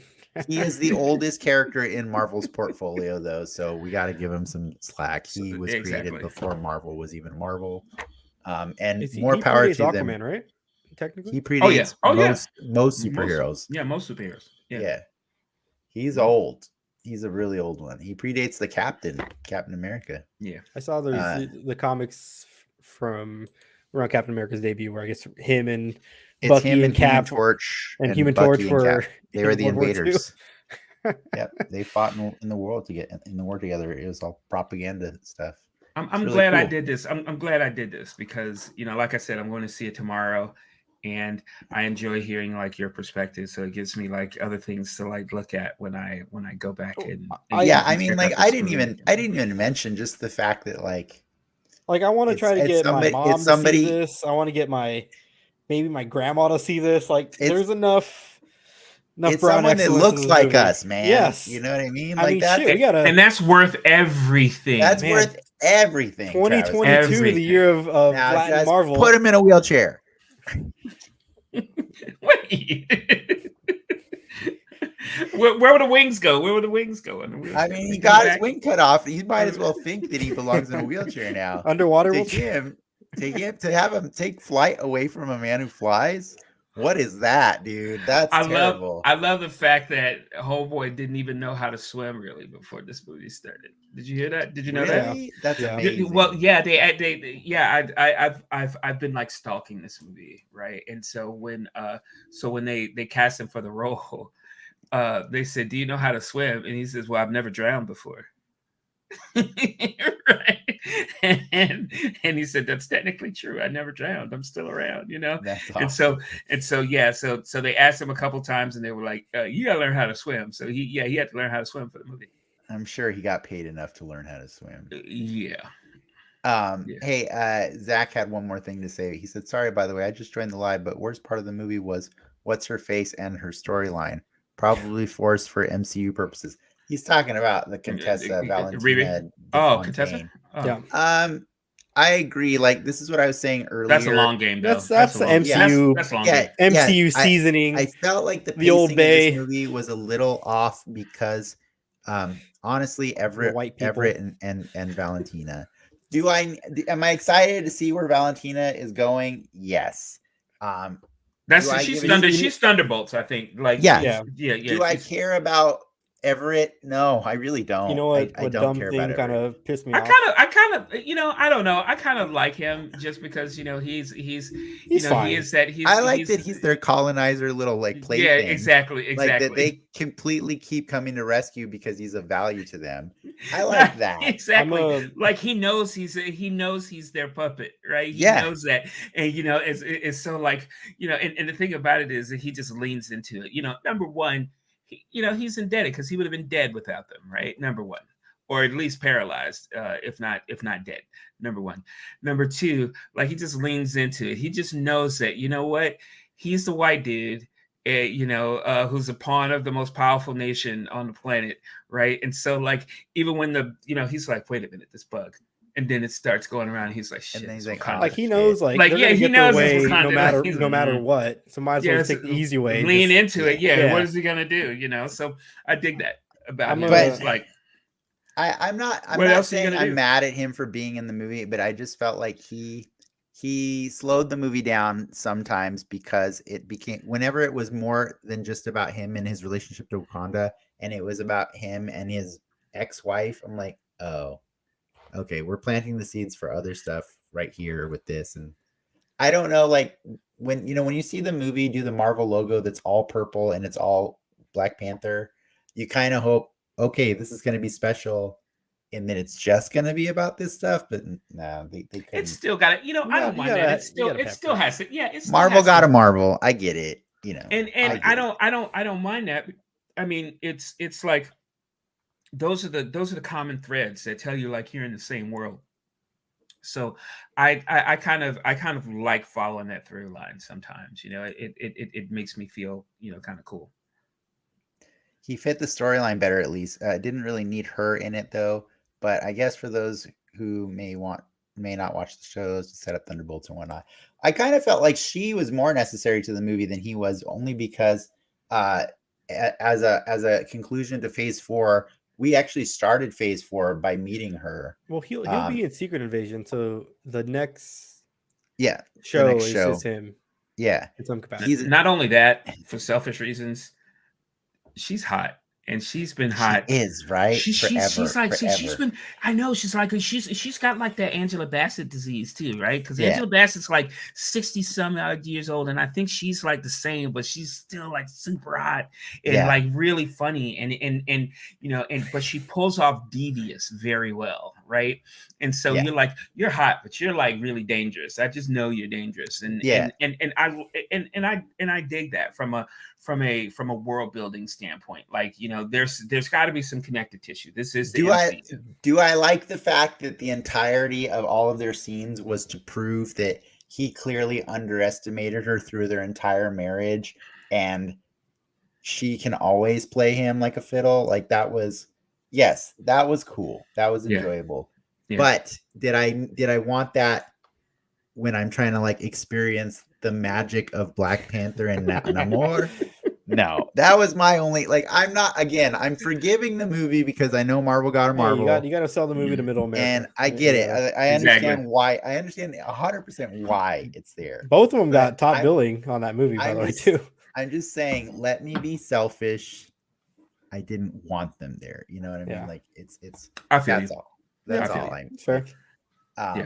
But God, we have gone so much longer than I thought we would. Woo! I kind of save the other thing for the soapbox. I was thinking, let's save the other thing for the soapbox, but we can tell Travis what it is now. Travis, we wanted you to. I mean, okay, yes, the Guardians of the Galaxy holiday special is technically the last entry in Phase 4, technically. But this marks the official big end, right? Because the Phase 4 started with Valentina being introduced, and Phase 4 ends with Valentina now having a lot of control. And the holidays, especially the epilogue. Yeah, the holiday special is the epilogue. So what we wanted to do is have us all rank the MCU Phase 4 in order of your preference, like which all 17 stories that were told. That is how many stories were told in the MCU. Wow. In the last 2 years, 2.5 years. Yeah. Okay. Amazing, right? So we put together a nice little list of all of them in order, and we're going to go through those with you and let you rearrange them to decide and make your case for what. Okay. It was a game, but it was a longer game that we didn't want to like take up this show with, you know what I mean? Okay. So we'll do that. That's a little tease for anybody who is considering joining us on the soapbox tonight. And if you can't, we will be putting that out next week for the public on YouTube. So I think we got to wrap this up for now because this is way long. Thank you so much to Travis and Ricky for nerding out with me today. We'll probably be back in a few weeks for right. That's the thing now, right? How does it go? We're throwing up signs now, dude. That's the thing right there. Yeah, we'll probably be back in a few weeks for the holiday special with the Guardians, unless there's something else that we want to talk about before then. Ricky, we can discuss that afterwards. But yeah, we'll also be talking about latest super news and stuff. Thanks to our patrons for supporting our growth, and to our audience for tuning in.